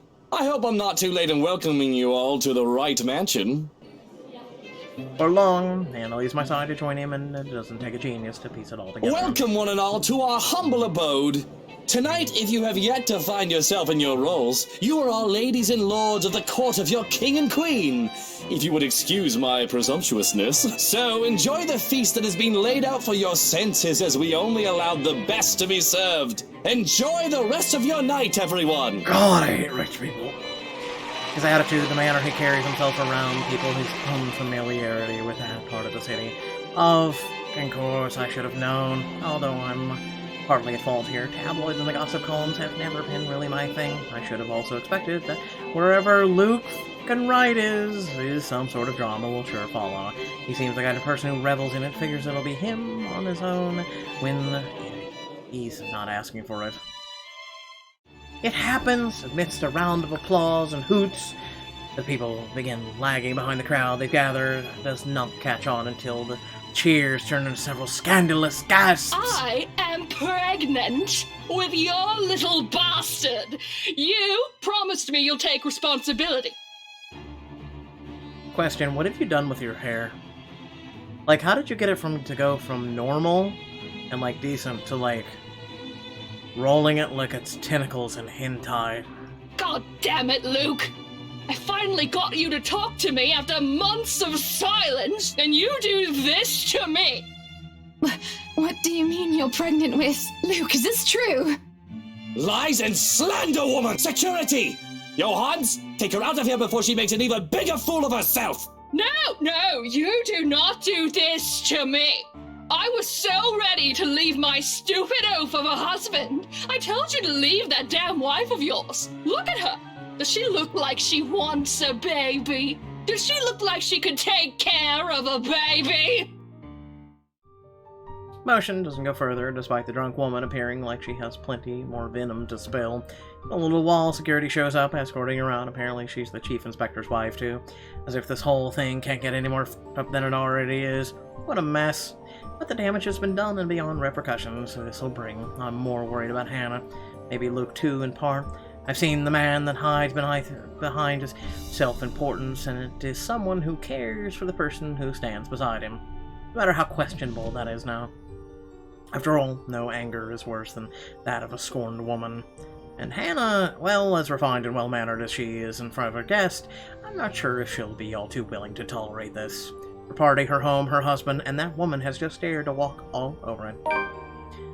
It's in her eyes when she turns to her, the face of someone who demands she be given the same respect she has long deserved. You are no longer welcome in any of our estates, our properties, and our businesses.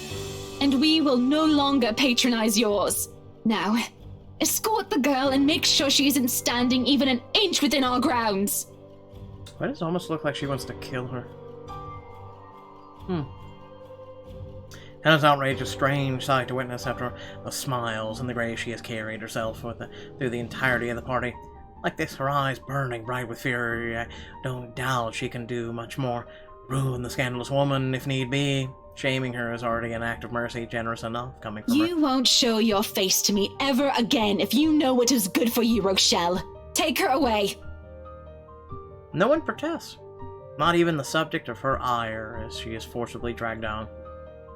Even the smile on Luke's face wavers when she eventually turns to him, pulls him out of the room for a talk of their own. For a brief moment, there's a concerted effort between those left in the hall, a short second of tense silence, while struggle to figure out what to do with themselves. But true to the kind of talk these situations attract, it doesn't last too long. Soon chatter explodes throughout the whole ballroom. Worried murmurs, clicks of tongue, and inappropriate gossip filters through the thick tensions in the room. Most of them haven't even left the premises and they're already talking about him. Tomorrow it'll be the news for sure, in every local, broadsheet, and tabloid in Luxburn. Couldn't care less about any of it, simply thinking about it already gives me a headache. Even the shock has faded. I feel bone tired.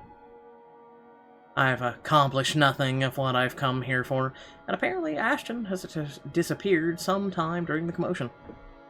I'm not sure what pisses me off more, that he ignored me the whole evening and might have just left without saying anything, or knowing he's obviously has some other motive for being here.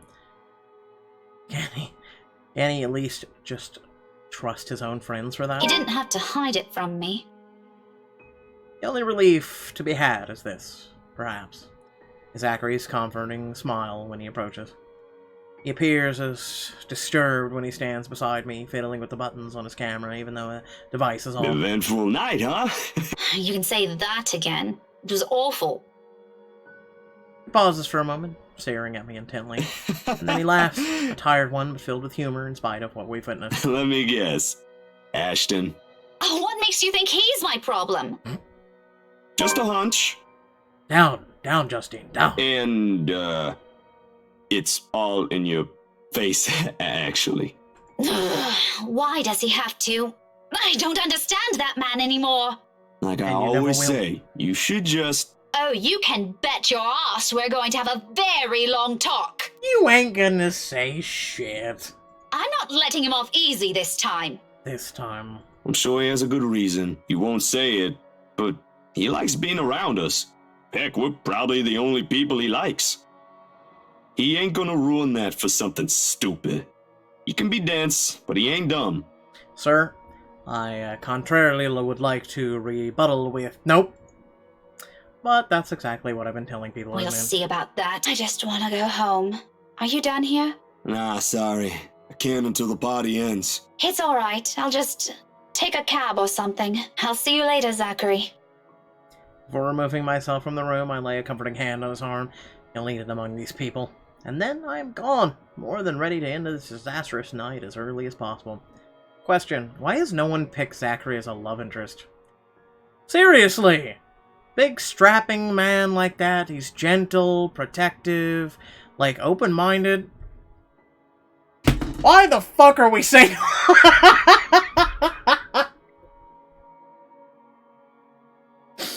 Seriously!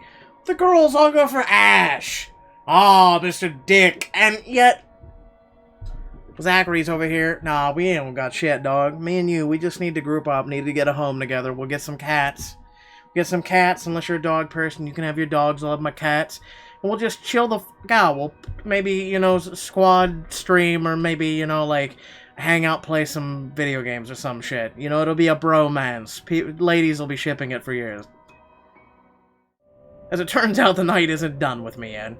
Because no sooner has the porter closed the door behind me, I find myself standing alone in the foyer with one Luke Wright. And no sign of his wife. Just him and the agitated clicks his shoes make while he treads around the empty room, away from the media's prying eyes and the guests' judging stares. It's easy to glean how much the scandal has him shaken. Not to the point where he has utterly lost his composure, he appears to have mastered himself enough not to do. But an amble opening is there for a nervous edge to show on the lines of his shoulders. What do you know? The man is not as tough as he makes himself out to be. Sure, I've seen this before, briefly, in the 1 second in the hallway at the school. It's a strange matter. However, to witness this out in the open, behind closed doors, this is the real Luke Wright. Though maybe that's because he hasn't noticed my presence yet, busy as he is with his own thinking. If he's aware, I doubt he'll be acting like this. His pride is one thing he always wears with him. Even now, when I place a gentle hand on his shoulders and he whirls around to face me, there's a second-long moment of anger flashing across his features before it dissolves into confusion. He tucks it away as quickly as he can, but it does nothing to change the impression I've built of the man in my head. Daisy, must you be everywhere? We've only met 3 times, Luke. Quit the dramatics. Besides, shouldn't you be aware of who gets invited to your party? Actually, 4 times. Oh, I shouldn't? Oh. If I was, there wouldn't be any of that scene tonight. That munter wouldn't even get an inch within this property. I'd banner off Luxport if I could. He probably pawns everything off to the servants and Hannah. Pompous elitist douche. Did you just come out here to lecture me about it? Because, Daisy, I've had enough of it for one night. I don't need to hear another one. You are a very unpleasant man. So I've been told. Will that be all? If so, I suggest you go back and join every bloody goss in that room. Not everything. As unpleasant and frustrating talking with this man is, he deserves the benefit of the doubt at least. The questions and criticisms aren't lacking, of course. But right this instant, there's only one thing that comes to mind. Is it true?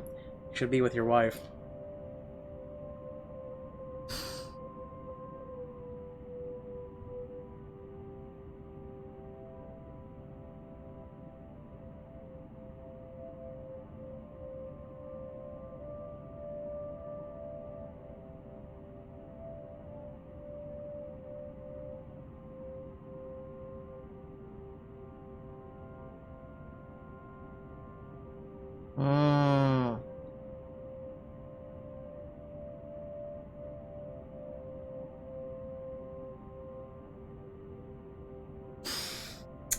What business is it of mine? Seriously, I stress this. I don't care who you're with. I don't care what you're doing. I don't care who you're doing. Not my place. You know, brooding over here isn't going to fix this mess. Again with the lecture. Will you stop calling it that? Very well, what should we call this then? A heart-to-heart? Maybe. Please don't. I might puke. And just so you know, I don't want to talk about feelings. Ever. This isn't one, all right? It's just a friendly concern. Bloody hell, can't you just take it for what it is? Pauses at that. Suddenly, he doesn't know what to do with his hands, and in the end, he simply stuffs them in the back of his pockets and sulks. There probably aren't many people who can tell him that. He's a difficult man to get along with, after all.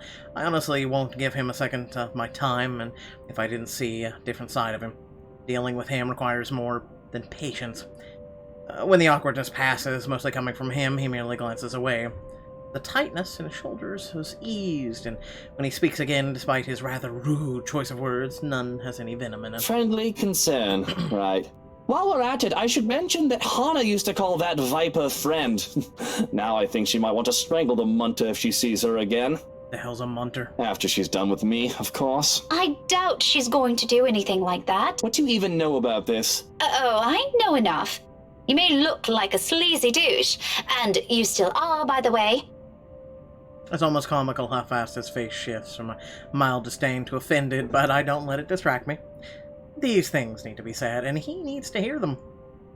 Even though they're coming from some meddling stranger. But you have your few good moments. No, he doesn't. I will smack you with my slippers. I might even say that you're a decent person, if I'm in the mood. Excuse me while I beat her ass. Now go.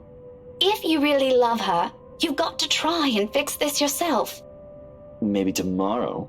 No, you do it tonight. Luke! Daisy, did you see her earlier? Was that the face of a wife who wants to have a chat with her cheating husband? Well, you confessed it. Oh, well, at least you admitted you did something wrong. Good for you. How about a star? Would you like a star to go with that good deed? Don't get used to it. Do you realize how awkward this is? Oh, I do. Before I've even thought about what to say, I've known there can only be 2 ways this can go. All things considered, it isn't as bad as I've assumed. However, there are still some things my brand of encouragement can't fix. His marital problems, first and foremost, and his attitude follows right after. Concerns aside, I can't help with those. Those are things that only he can fix, and it's definitely not by standing around here pandering. Don't worry, I was just about to leave. Feel free to continue with your brooding once I'm gone. I'm not going to tell anyone. Cross my heart. You think this is funny, Daisy? Yeah, you falling on your ass? Yeah. Laughter is the only response I give him. With a sly wave of my hand, I end it there and walk away. Although I can't resist the urge to glance back before I leave, if only to have one last look at the man he really is. But the instant I turn my gaze on him, I see it. Looming, hovering over his shoulders, drawn to him like a moth to a flame. Like the first time I've stepped inside this place in search of Isabella. He was there too, wasn't he? That man, along with his wife and another person, Miss McCullough. And that shadow. No, a woman now. Her, no longer a dark blur. Terror rushes through every vein in my body. A crippling sensation gripping every part of me, while she stares at me with a glare filled with nothing but hate and venom. It's like staring at the eyes of a woman I've unknowingly robbed of something precious. I try to say something, a warning, but before I gather my wits and voice it out, something shuts the door behind me. As if to keep the outsiders away from the secrets this mansion possesses. The rush of fresh air against my cheek does little to dampen the chill in my bones. By now, the sensation, the fear, the disquiet leaves whenever I see her. It's unfamiliar, or it's familiar enough for me. Already it has made a home in my nerves. I don't even notice my trembling hands until I cross my arms or across my chest. A fold from the tips of my fingers seep through the thick material of my shirt. Either of it helps bring together some semblance of coherent thought in my head, but I know I should. Someone has to tell that douche. I start walking away before any fear can cripple me again. Not wise, returning, that is, especially after what just happened. But Hannah's still an old friend, and Luke doesn't deserve whatever misfortune a letter might bring. I can't just leave those two in there. Isabella's right. She's real, and there's something she wants from everyone who has read that. Becca, where'd you go off to? If you're done here, let's go. I'll get you back to the city. Oh, hi, Ashton. My mistake. The second his voice cuts through the crisp night air, this is all allowed my annoyance to get the better of me. Fuming, purpose forgotten, I whirl around and march towards him. One accusation after another piles up on the tip of my tongue, ready to be hurled at any moment. There's no hesitation holding me back when I fling it at him. That straight face he keeps as I do doesn't help temper my anger either. It only makes me want to slap more sense into him. You won't do it. Shouldn't I be the one asking you that? Becca, I've been waiting here the whole time. I told you I hate parties like... And before that, where have you been the entire evening? Right then and there, I might have forgiven him. If he'd shown some ounce of remorse for leaving me like that. Maybe he could have looked away, given me a sign that my assumptions might be right. He doesn't even need to put them into words. A single gesture of confirmation is all I need. Rather, what I get is the same and passive look. He does that whenever he can't disclose anything. He does that whenever he's lying. In the face of it all, amidst the thick tension, a frustrated huff is the only thing I can summon. Be that way. Fine. Suit yourself. No more words. After everything I've seen and heard tonight, I'm already too exhausted for those. So, speaking any further, I simply walk past him and stomp over to his car. Although before I pull open the door, he calls out, one hand outstretched a gentle weight on my shoulder. Wait, Becca. You just gonna apologize? You fucking dense prick. Pauses, his brow furrowing, his lips curved into a slight frown. I can almost see the gears turning in his head while he tries to piece together everything he wants to say. Before, perhaps, I might have waited patiently for those. He's not a man fond of using words to express himself. More often than not, any gesture of honesty will only come out blunt and coarse when forced. But today, for one reason or another, I simply can't summon that forbearance. Ashton, if you're just going to waste my time again... Becca, listen. I don't know how else... That much is obvious. Why don't you just take the whole bloody night? Go on. I can wait until next year. Better yet, why don't you just keep it all to yourself like you always do? It's not like... Rebecca, will you hear me out first? A silence. I can offer him, but whether I'll believe what he's about to say is up for debate. A very long debate. I honestly don't know how else to put this. I'm aware your parents have some kind of history with Hannah Wright. and somehow you're friends with her. Fuck her, you dance! But you should stay away from these people for now, especially the husband.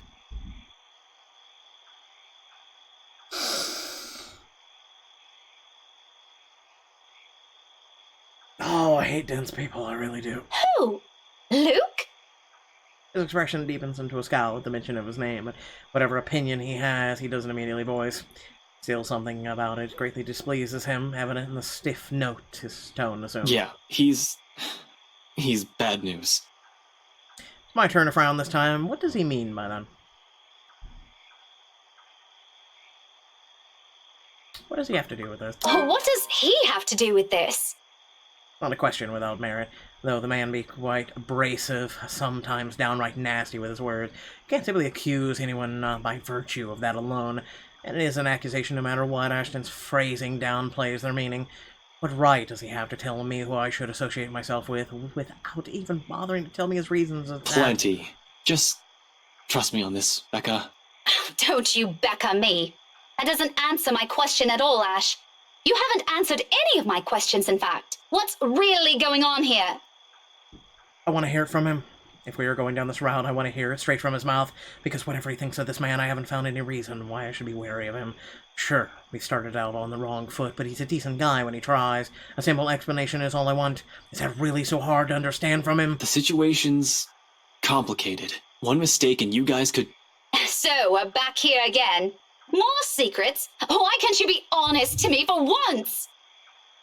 Because he's dense. He's a dangerous man to be around, Rebecca. Really? Care to elaborate on that? Because from what I've seen, the only dangerous thing about that guy is his audacity to cheat on his wife. Why are you defending him? Who said anything about defending anyone? And why are you prosecuting You know, him? I'm getting really worried about you guys. First it's Zach, and now you're... Oh, you're worried? Somehow. Even that concern feels empty to me, even if it's from him. You care? Really now? If you care, then where were you the entire party? That doesn't matter right now. You know I can't simply... Forget it, Ashton. I don't want to hear it. I don't want to talk about this anymore tonight. Speak to me when you're ready to stop spouting the same barefaced lies. Ashton jerks back as if I struck him. God, I wish you would. It's for a fleeting moment, something akin to hurt darts across his features, his eyes narrowing, his hands closing tightly into a fist at his side. What? What? Why does a guy, whenever frustrated with a woman, need to close his fist? You are a coward, sir. It does little to lull my ill humor, because in that next second, his answer sounds nothing of the apologetic tone I expected from him. Fine. Fine. A little regret would have been nice. Fine. In my anger, I don't even notice when I've climbed inside of his car. Not until I've slammed its door behind me, with as much force as I can summon. He follows soon after, and shortly we're on our way back to the city. And yet, even with the city's bright lights welcoming us, the dense, somber air from the mansion still lingers. The moon is almost at its highest by the time we reach Salem. Well, even after our respective heads have cooled off, the atmosphere within the car remains rife with unspoken tension. This isn't a problem so easily fixed with a few handshakes. Quite frankly, I don't know what will.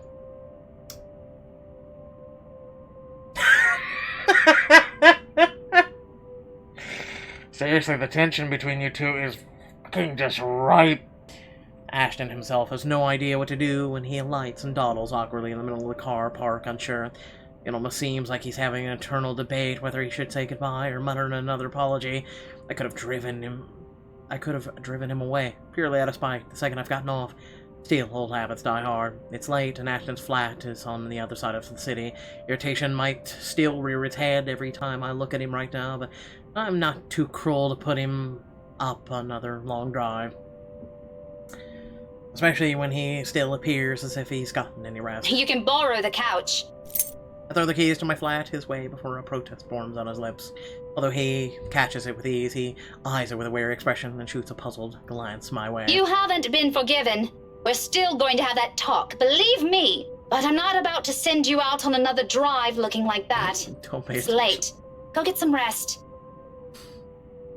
We're setting aside a lot of loose ends like this, but he appears to have accepted that reason, at least in the meantime. He does give me another questioning glance when I shove past him, pulling my mobile in the process. Where are you going? I thought... You go ahead upstairs. I need to contact Professor Andrew. Andrew? Why would you... Oh, no. Please. Is this that thing Isabella said this morning? Again? I already gave her my word, Becca. I'll look into this BRC crap. No need to drag the old guy into it.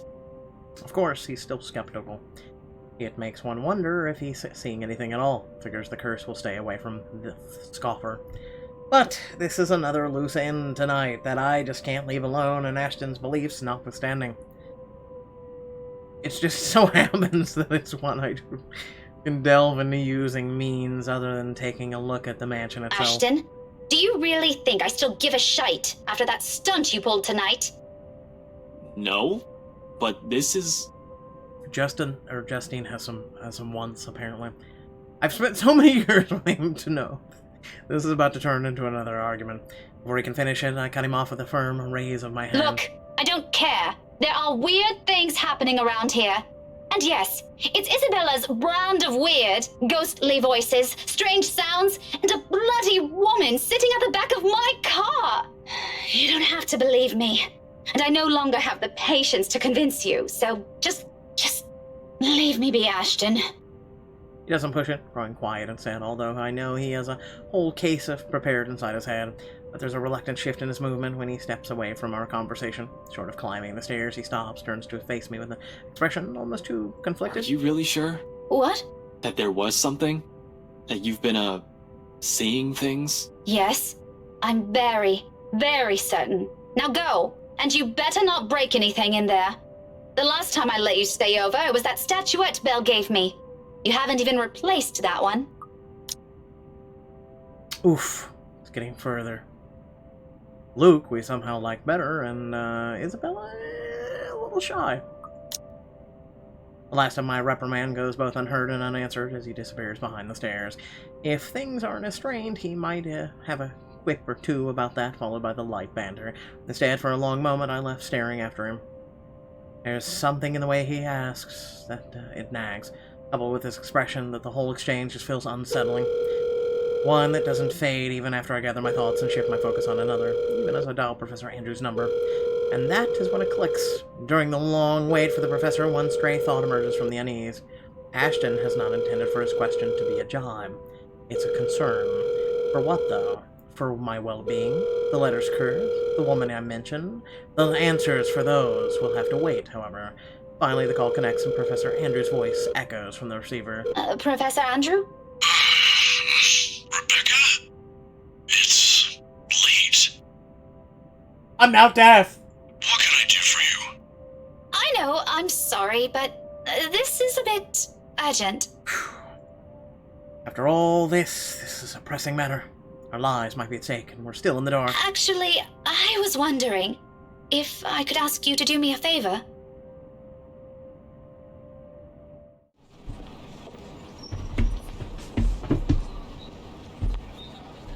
Professor Andrew Clark has agreed to meet with me 2 days later in front of Luxford's Public Library. He has other commitments, but being a longtime family friend has its perks. I have my parents' connections to thank for that. Of course, I'm not the sort to impose on him often, but the situation is, well, it's not entirely bad, although it does require calling in a few favors from friends like him. And without his signature, I won't be able to gain access to the library's restricted section. If I want to get more in-depth information on the Ermengarde Mansion, that is, not simply what they chose to show to the general public. As much as I hate to admit, there's always something people censor. And whatever it is, I won't be able to find it in the general section. It has to be what they're keeping here beyond the public eye. The thought of that alone makes me antsy. Thankfully, I don't have to brood over it. Wait for the professor doesn't take long. He never did enjoy making people wait. Likewise, he dislikes people who are tardy. He's me. He arrives 5 minutes after I do, greeting me with a kind smile and a casual wave of his hand. I haven't seen him in so long, but it appears he hasn't changed much. His familiar presence alone is enough for a fond smile to spread across my face. Professor Andrew.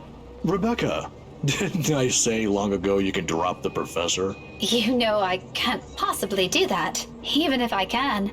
It feels disrespectful to call you by your name alone. Both you and Ashton never listen to this old man. Kids these days. Right? Fucking Zoomers. All right. But just for today, since you're doing me a huge favor and... I guess you simply can't have it all, even at this old age. But pleasantries aren't what we're here for, yes? You mentioned you needed a permit. Yes, sir, if that's okay with you. More than fine. Anything in pursuit of knowledge, as they say. Hands me the permit without further prompting. And just like he promised, has also written a recommendation after a signature. Well, I can't tell because his cursive is gibberish. This is more than enough to get me those files. I mutter a small thanks before slipping it into my pocket. Although when I look back up, his brows are furrowed, the very face of curiosity. Not surprising considering how vague I've been during our little talk over the phone. Right then and there, I've decided to tell him if he ever asks. Maybe not all of it, but stuff he needs to know. It's the least I can do to thank him. As expected, true to his inquisitive nature, he asks... If you don't mind, though, I know you've always been an eager learner. But may I know what in the restricted section that piqued your curiosity? Dick pics. It's the Ermengarde Mansion, sir. He's quick to raise an eyebrow at that, and for a while I fear he'll take the slip of paper back. Is there something in what I said? The ones they have out in the general isn't enough? I'm, hoping for a more in-depth read, sir. More about the history and the people who once lived there. The general section doesn't have anything much on that. Oh, I see. Well, you certainly aren't the first one to be enamored with that place. It doesn't shock me. The architecture is admirable, and the urban legends are something to talk about. Why, just this past week, I've got a few asking me about that. Imagine that. I think enamored might be a little too much to describe our interest in it. But I have to agree. The mansion is beautiful, even with the renovations. They kept the stained glass windows, too. They are magnificent. Oh, you've seen it. Bob Ross has quite the paintbrush. I was there for a few hours to attend a housewarming party. The invitation was for my parents, but they couldn't make it. My mum used to work as a private tutor for the Evans. Hannah Wright? Ah, I know of her. Her husband, too. Who doesn't? You seem to have a big, thing with them. You always get this glare. Yes. Luxborn's most popular couple. Something is bothering him. He almost sounds like he's Gohan when he's annoyed. Something falls behind his eyes, the warmth in them suddenly gone, like he's reliving a painful, distant memory and seeing it play right in front of him. It disappears almost as soon as it surfaces, but that look has unsettled something in me. Is something the matter? Nothing much. But you're already like a daughter to me. So if you could, do be careful with the friends you make. Okay, Gohan. Is this about the rights, sir? Just a friendly advice from an old man. Don't think much about it. Anyway, I have to leave now. Can't miss my weekly serving of bear claws. Say hi to your parents at the detective inspector for me, will you? I wish you luck with all that research.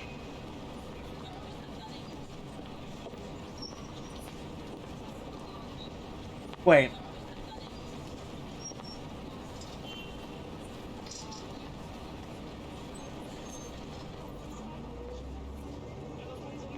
How does he know I'm connected with Ash?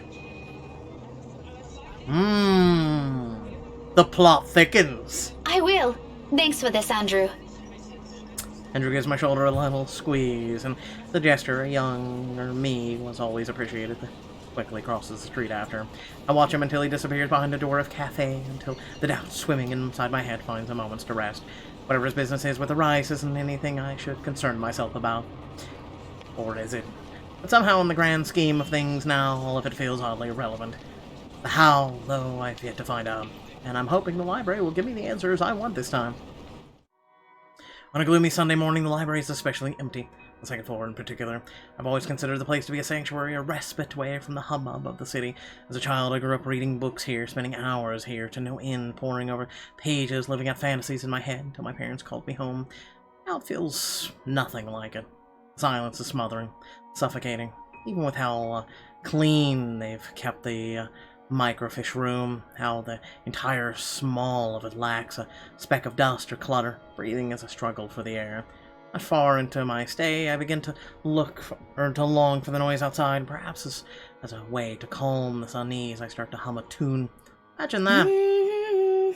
Why, of all these things, has to be the silly nursery rhyme? I've not an inkling. London Bridge. It does its job, however. It fills the lull with something far less awkward, far less deafening. That is enough for the distraction. I have business here. No time for silly daydreams, only important work to attend to. Even if the possibility of being fruitless by some means, it feels like I have to do it, if not for me, then for the people who have been affected by this... What do we even call this? A haunting? A Halloween prank gone wrong? A curse? If Elabelsa will hear, what would she say? Will she panic? Will she be angry I only listen to her now? It all stems from that one moment in the movie house, doesn't it? We could have avoided this and only taken her warnings to heart. One stupid mistake is all it took to send our normal lives down a downward spiral. Frankly, I'm no longer sure if I'm angry at myself for it, or at the universe for throwing us into this mess. But we can only make do with what little we have, and that's exactly what I've been doing. Going here might not be the right decision, but it's a start. A good start. Doesn't take much time for me to find what I need. A microfiche of an old newspaper, long kept in special storage cabinets at the far end of the restricted section. The year is the 1620s and beyond, before the city of Luxburn even exists in the records. When the mansion has just been built, and the Anselm is nothing more than a small, sleepy hamlet near a river. A lot of pieces are missing. Days, sometimes several consecutive weeks without any records remaining. Often it goes on for years. Troublesome. But as it is, I'm lucky enough to find anything at all, considering how far I've looking back. Can't be picky now. Can't waste time mulling over what record keepers of the old could have done to make this a breeze for me. I can still work with this. The faint whir of the microfiche machine keeps me company as I go over each slide, each image, hoping for something that goes beyond what the local lore knows. There are snippets, little mentions of the family that once settled in the house here and there. The usual singing and praises for the couple who helped brought up what was once a tiny settlement to a buzzing town. Nothing substantial, nothing I didn't know before. It continues on like this for a good while, until I come up by the years after their deaths. The people of Anselm might have loved Lord William and Lady Elizabeth Ermengarde more in their passing, and held them in high esteem in the years after, but it was their daughter that remained fondly by the townspeople. If her parents built this town, Lady Charlotte was the one who made it prosper. Remarkable, considering it was a period of recovery from a bout of plague that killed half the town's population, including her parents. What's surprising, though, free at last, Air puts a stop to local slave trade. Apparently her time was also marked with more superficial changes to the place. She moved things, changed laws, altered old customs and traditions. If they were done by a woman's whimsy, it doesn't say, but she does seem capable enough for more than that. The gist of it is, the town she rebuilt, it's what eventually grew to become Luxburn City, while the nearby Anselm village remained as it was, a relic of the old. A frown slightly forms in my face. So, why is there a need to hide this? One by one, I try to recall every lesson I've gone through, every book, paper, journal I've read. None of them ever mentioned this. It's always the lord and lady of the house, their endearing child, always an afterthought to those anecdotes, the one who always took her life in the end. Never someone who restored a town from the brink of collapse or brought new ideas to it. Is it because she's a woman? That pisses me off. Granted, not everything is sunshine and rainbows, not all aspects of her can be considered admirable. But this is history. Some parts are bound to naturally delve into an unpleasant territory whether I like it or not. Witch hunts, for example, become common near the end of her life. Luxburn witch burns. Which would have been completely unremarkable and might have gone to become a mere footnote in history if it didn't involve Lady Charlotte and the very slave she saved. It caused quite a stir, enough to leave almost a week's worth of clippings. The girl was eventually burned, condemned by the entire town, at the word of Lady Charlotte alone. But this doesn't really have anything to do with the curse, does it? Or doesn't it? Unless that woman following us and the slave are the same person. Tale of revenge, how cliché. However, the lack of accurate photographs it's impossible to tell. Maybe if I squint, the illustration might start to resemble her. But in my field, it doesn't work that way. it shouldn't work that way. I'll be the laughingstock of the community. This isn't going anywhere. Mentally exhausted, I take a careful step away from the screen, pressing a palm to my tired eyes. Lack of ample light in the area doesn't help. A headache already threatens to form at the back of my head, yet I'm nowhere near figuring things out. This is simply too much to take in all at once. I should have asked for someone's help. Now I'm at a dead end. I start gathering everything around me, placing them back in their respective envelopes for storage. Motions no longer new after volunteering here a number of times. I didn't make much of a mess anyway, considering the lack of materials available to begin with. I'll have to look somewhere else. The where remains unknown, though. Just as I'm about to slip the last of the slides in, something catches my attention. My hand pauses, the microfiche halfway through its protective sleeve. This is one of the few I've set aside without taking a careful look at. It seems like a gossip column at first glance, but upon closer look, I slide it back into the reader, gently turning the dials in search of the page. It takes some time, but once the image becomes clear, Ermengarde Hair and Elsa's betrothal. They must have had this drawing commission for this announcement. Almost looks like the thing from the glass window. I don't doubt it. The details are far more intricate, their likeliness likely closer to how they might have appeared at the time. They're both recognizable this way, closer to those paintings I've seen in the mansion. However, it's a man standing beside her, Edward Godfrey, according to the article, that had caught my attention previously. Her first cousin, and eventually her fiancé. Maybe it's the posture, the manner in which he holds himself, or maybe it's the shape of his eyes, though I can't be too certain about it, and not until I've gotten a better reference. Nevertheless, there is a resemblance.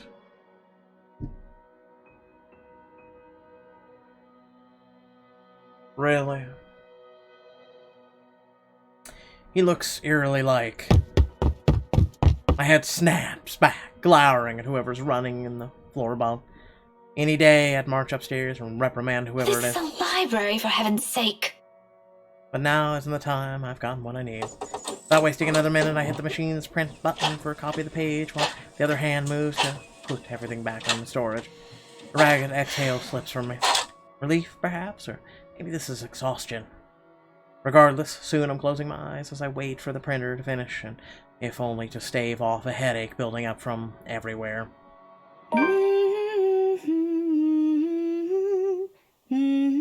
Stop singing that tune. Sometime I've even begun humming the same song again for comfort. Despite my doubts about this, despite all the tension in my shoulders, this may be a small find, but at least I can start somewhere. We can start somewhere. There's a lot of a way out of this. I know it. The printer sputters to a halt. However, its sound isn't what makes me snap my eyes open.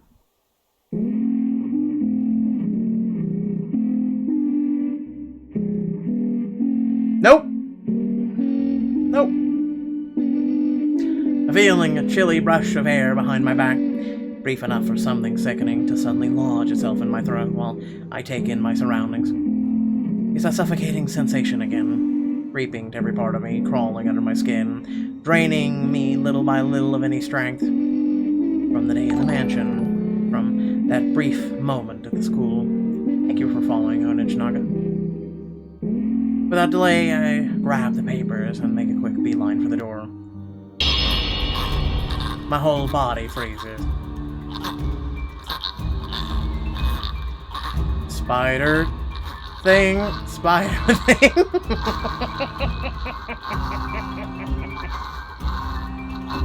Does whatever a haunted woman does. What are you doing, Miss Pink?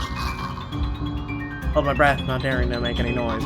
For a little while, the only sound of papers crumbling under my grasp fills the room, the excitement from earlier gone instantly, replaced by a cold, seeping dread spreading throughout my limbs. But more than fear is the anger. It pains me to hear her using my own student's voice against me, and more than once I believed it was really her. She has no right. Why don't you play with me? Although she hasn't made a move, if there is a wall behind me, I'll probably take a step back. Anything but a distance between us, no matter how small, as long as I'm out of her reach. I steel myself, because if I do fall back and turn away from her, I'll be left with no way out. I'm not dying here. You think you scare me? Miss Pink, don't be so rude. I'm waiting. I'm not afraid of you, you spook! This is one Scotswoman you aren't getting into an early grave without a fight! Come at me! Okay, Sakura, can I go on a date with you, please? I expected she'll lunge, prove to me what a monster she is. Instead, all she gives me is a smile, twisted, gnarled. It's as if time has crawled to a stop at the sight of it. Split-second decision. Before I know it, my body shifts. Eyes closing in anticipation, hand grabbing whatever's solid enough on the nearby table and hurling it at her. Don't bother looking if whatever I threw hits its mark. I run, fast as my legs can carry me, despite my heart threatening to burst out of my chest. But in this maze of bookshelves, and with the other whole place almost void of people... Head upstairs? No, I'm heading for the door, fam. If there's one thing is out of this room, out of this place, as far as anyone can get from her, I can think about the rest of it when I am outside. When there are other people I can ask for help. And she's not chasing after me like this. There's no hesitation in my steps as I race for the restricted section's door, head downstairs and barrel straight for the library's exit. Towards safety, in a desperate bid for my life, library rules be damned. I can no longer hear her behind me, but I'm not taking any chances. I breathe, the breath almost escapes me as I hit near the door. A little more. When out of nowhere, a library cart careens from a blind corner and slams into my side. My back hits the floor with a hard thud, the impact completely knocking the breath out of me. There's no one in this whole entire goddamn library through several floors. And running. The copper tang of blood gradually spreads over my tongue as I fight to get my bearings back. I force myself to move, even with the excruciating pain coursing through my limbs, the exit almost there. If only I can... But there's no moment's respite. The next thing I know, there's... You get the shit you wrote in on. The next thing I know, there's a heavy weight atop me and cold digits slide through my neck. Tight like a vice, pressing closely in, leaving me gasping for air. The blurred vision, I can only make out the hateful gleam, the spite in her eyes as she looms over my body. Her grip on my throat grows tighter. Desperation kicks in, my nails digging in her wrists as I struggle against her firm grip, trying to pry her fingers away. Let go! Let me go! Keep a slider within the bar by moving the arrows.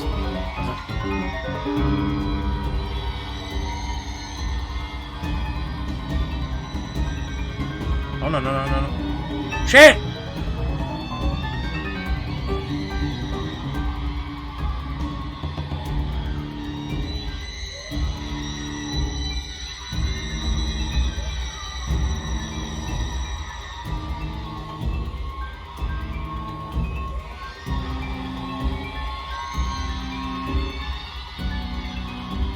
No! Mother...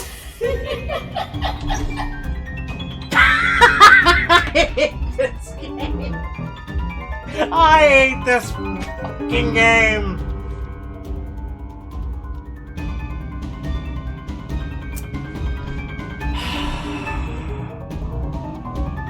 I don't understand what the hell you do.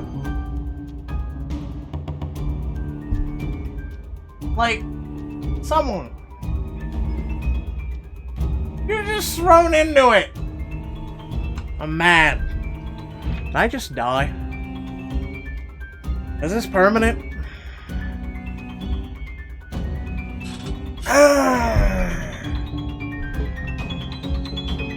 My lungs begin to ache, burning with the lack of air, the pain growing worse with every second I writhe under her punishing grip. Somebody help me. Darkness starts to feel the edges of my vision. Then the world fades. I'll give you another chance. Okay, so... I think I got this.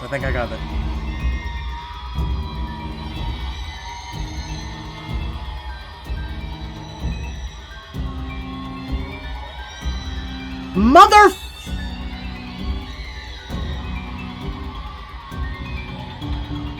Okay, I don't understand. Yeah, shut the f up already.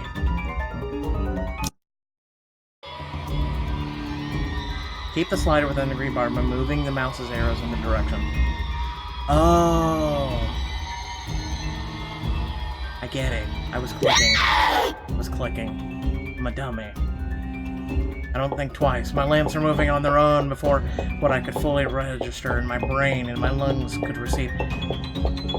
Behind me, she lets out a cry, sharp, loud, thunderous against the empty walls of the library.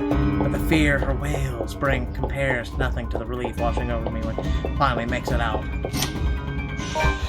My knees buckle as soon as my feet hit the pavement, surface cold and hard against my skin. I've only been in there for a few hours, about 1 or 2 probably. I don't know anymore. It feels like an eternity all the same. My breath hasn't slowed down yet, and I don't expect it to after going through that. I probably look the most undignified creature on a Sunday morning, right now out of breath, disheveled, slumped out here, with a bloodied lip and all. But at present, I simply can't bring myself to care. But a few passing buyers start giving me strange looks. What, does no one walk up to her and go, "Ma'am, do you need help?" Stare at me all you want. I don't give a single shit. I'm alive. I'm safe. This isn't the end, but I'm safe. And inside my bag is something that could get us out of this mess. Not quite definite yet, but I don't want to get my hopes up. But it's still something. If Isabella is here, I'm sure she'll feel the same. If she'll even be the first who will put her faith on it. Whatever this leads us to is victory on its own. Not all that's left is to find the others, the rest of us trapped in this bloody nightmare. Right on cue, as if to answer my previous thought, my mobile phone lets out a beep and pick it up, simply hoping it'll be one of them. Only it's a voicemail that greets me. From Ashton. There's a pang of disappointment, of course, but it brings some reassurance that nothing happened to at least one of them. Hey, Becca, call me back when you're free. We need to talk. ASAP. He ends it right there, the message less than a minute long, curt, and gives nothing away. I let it ease my worries regardless and do as he asks. Because this, too, is another triumph for us. One less thing to worry about.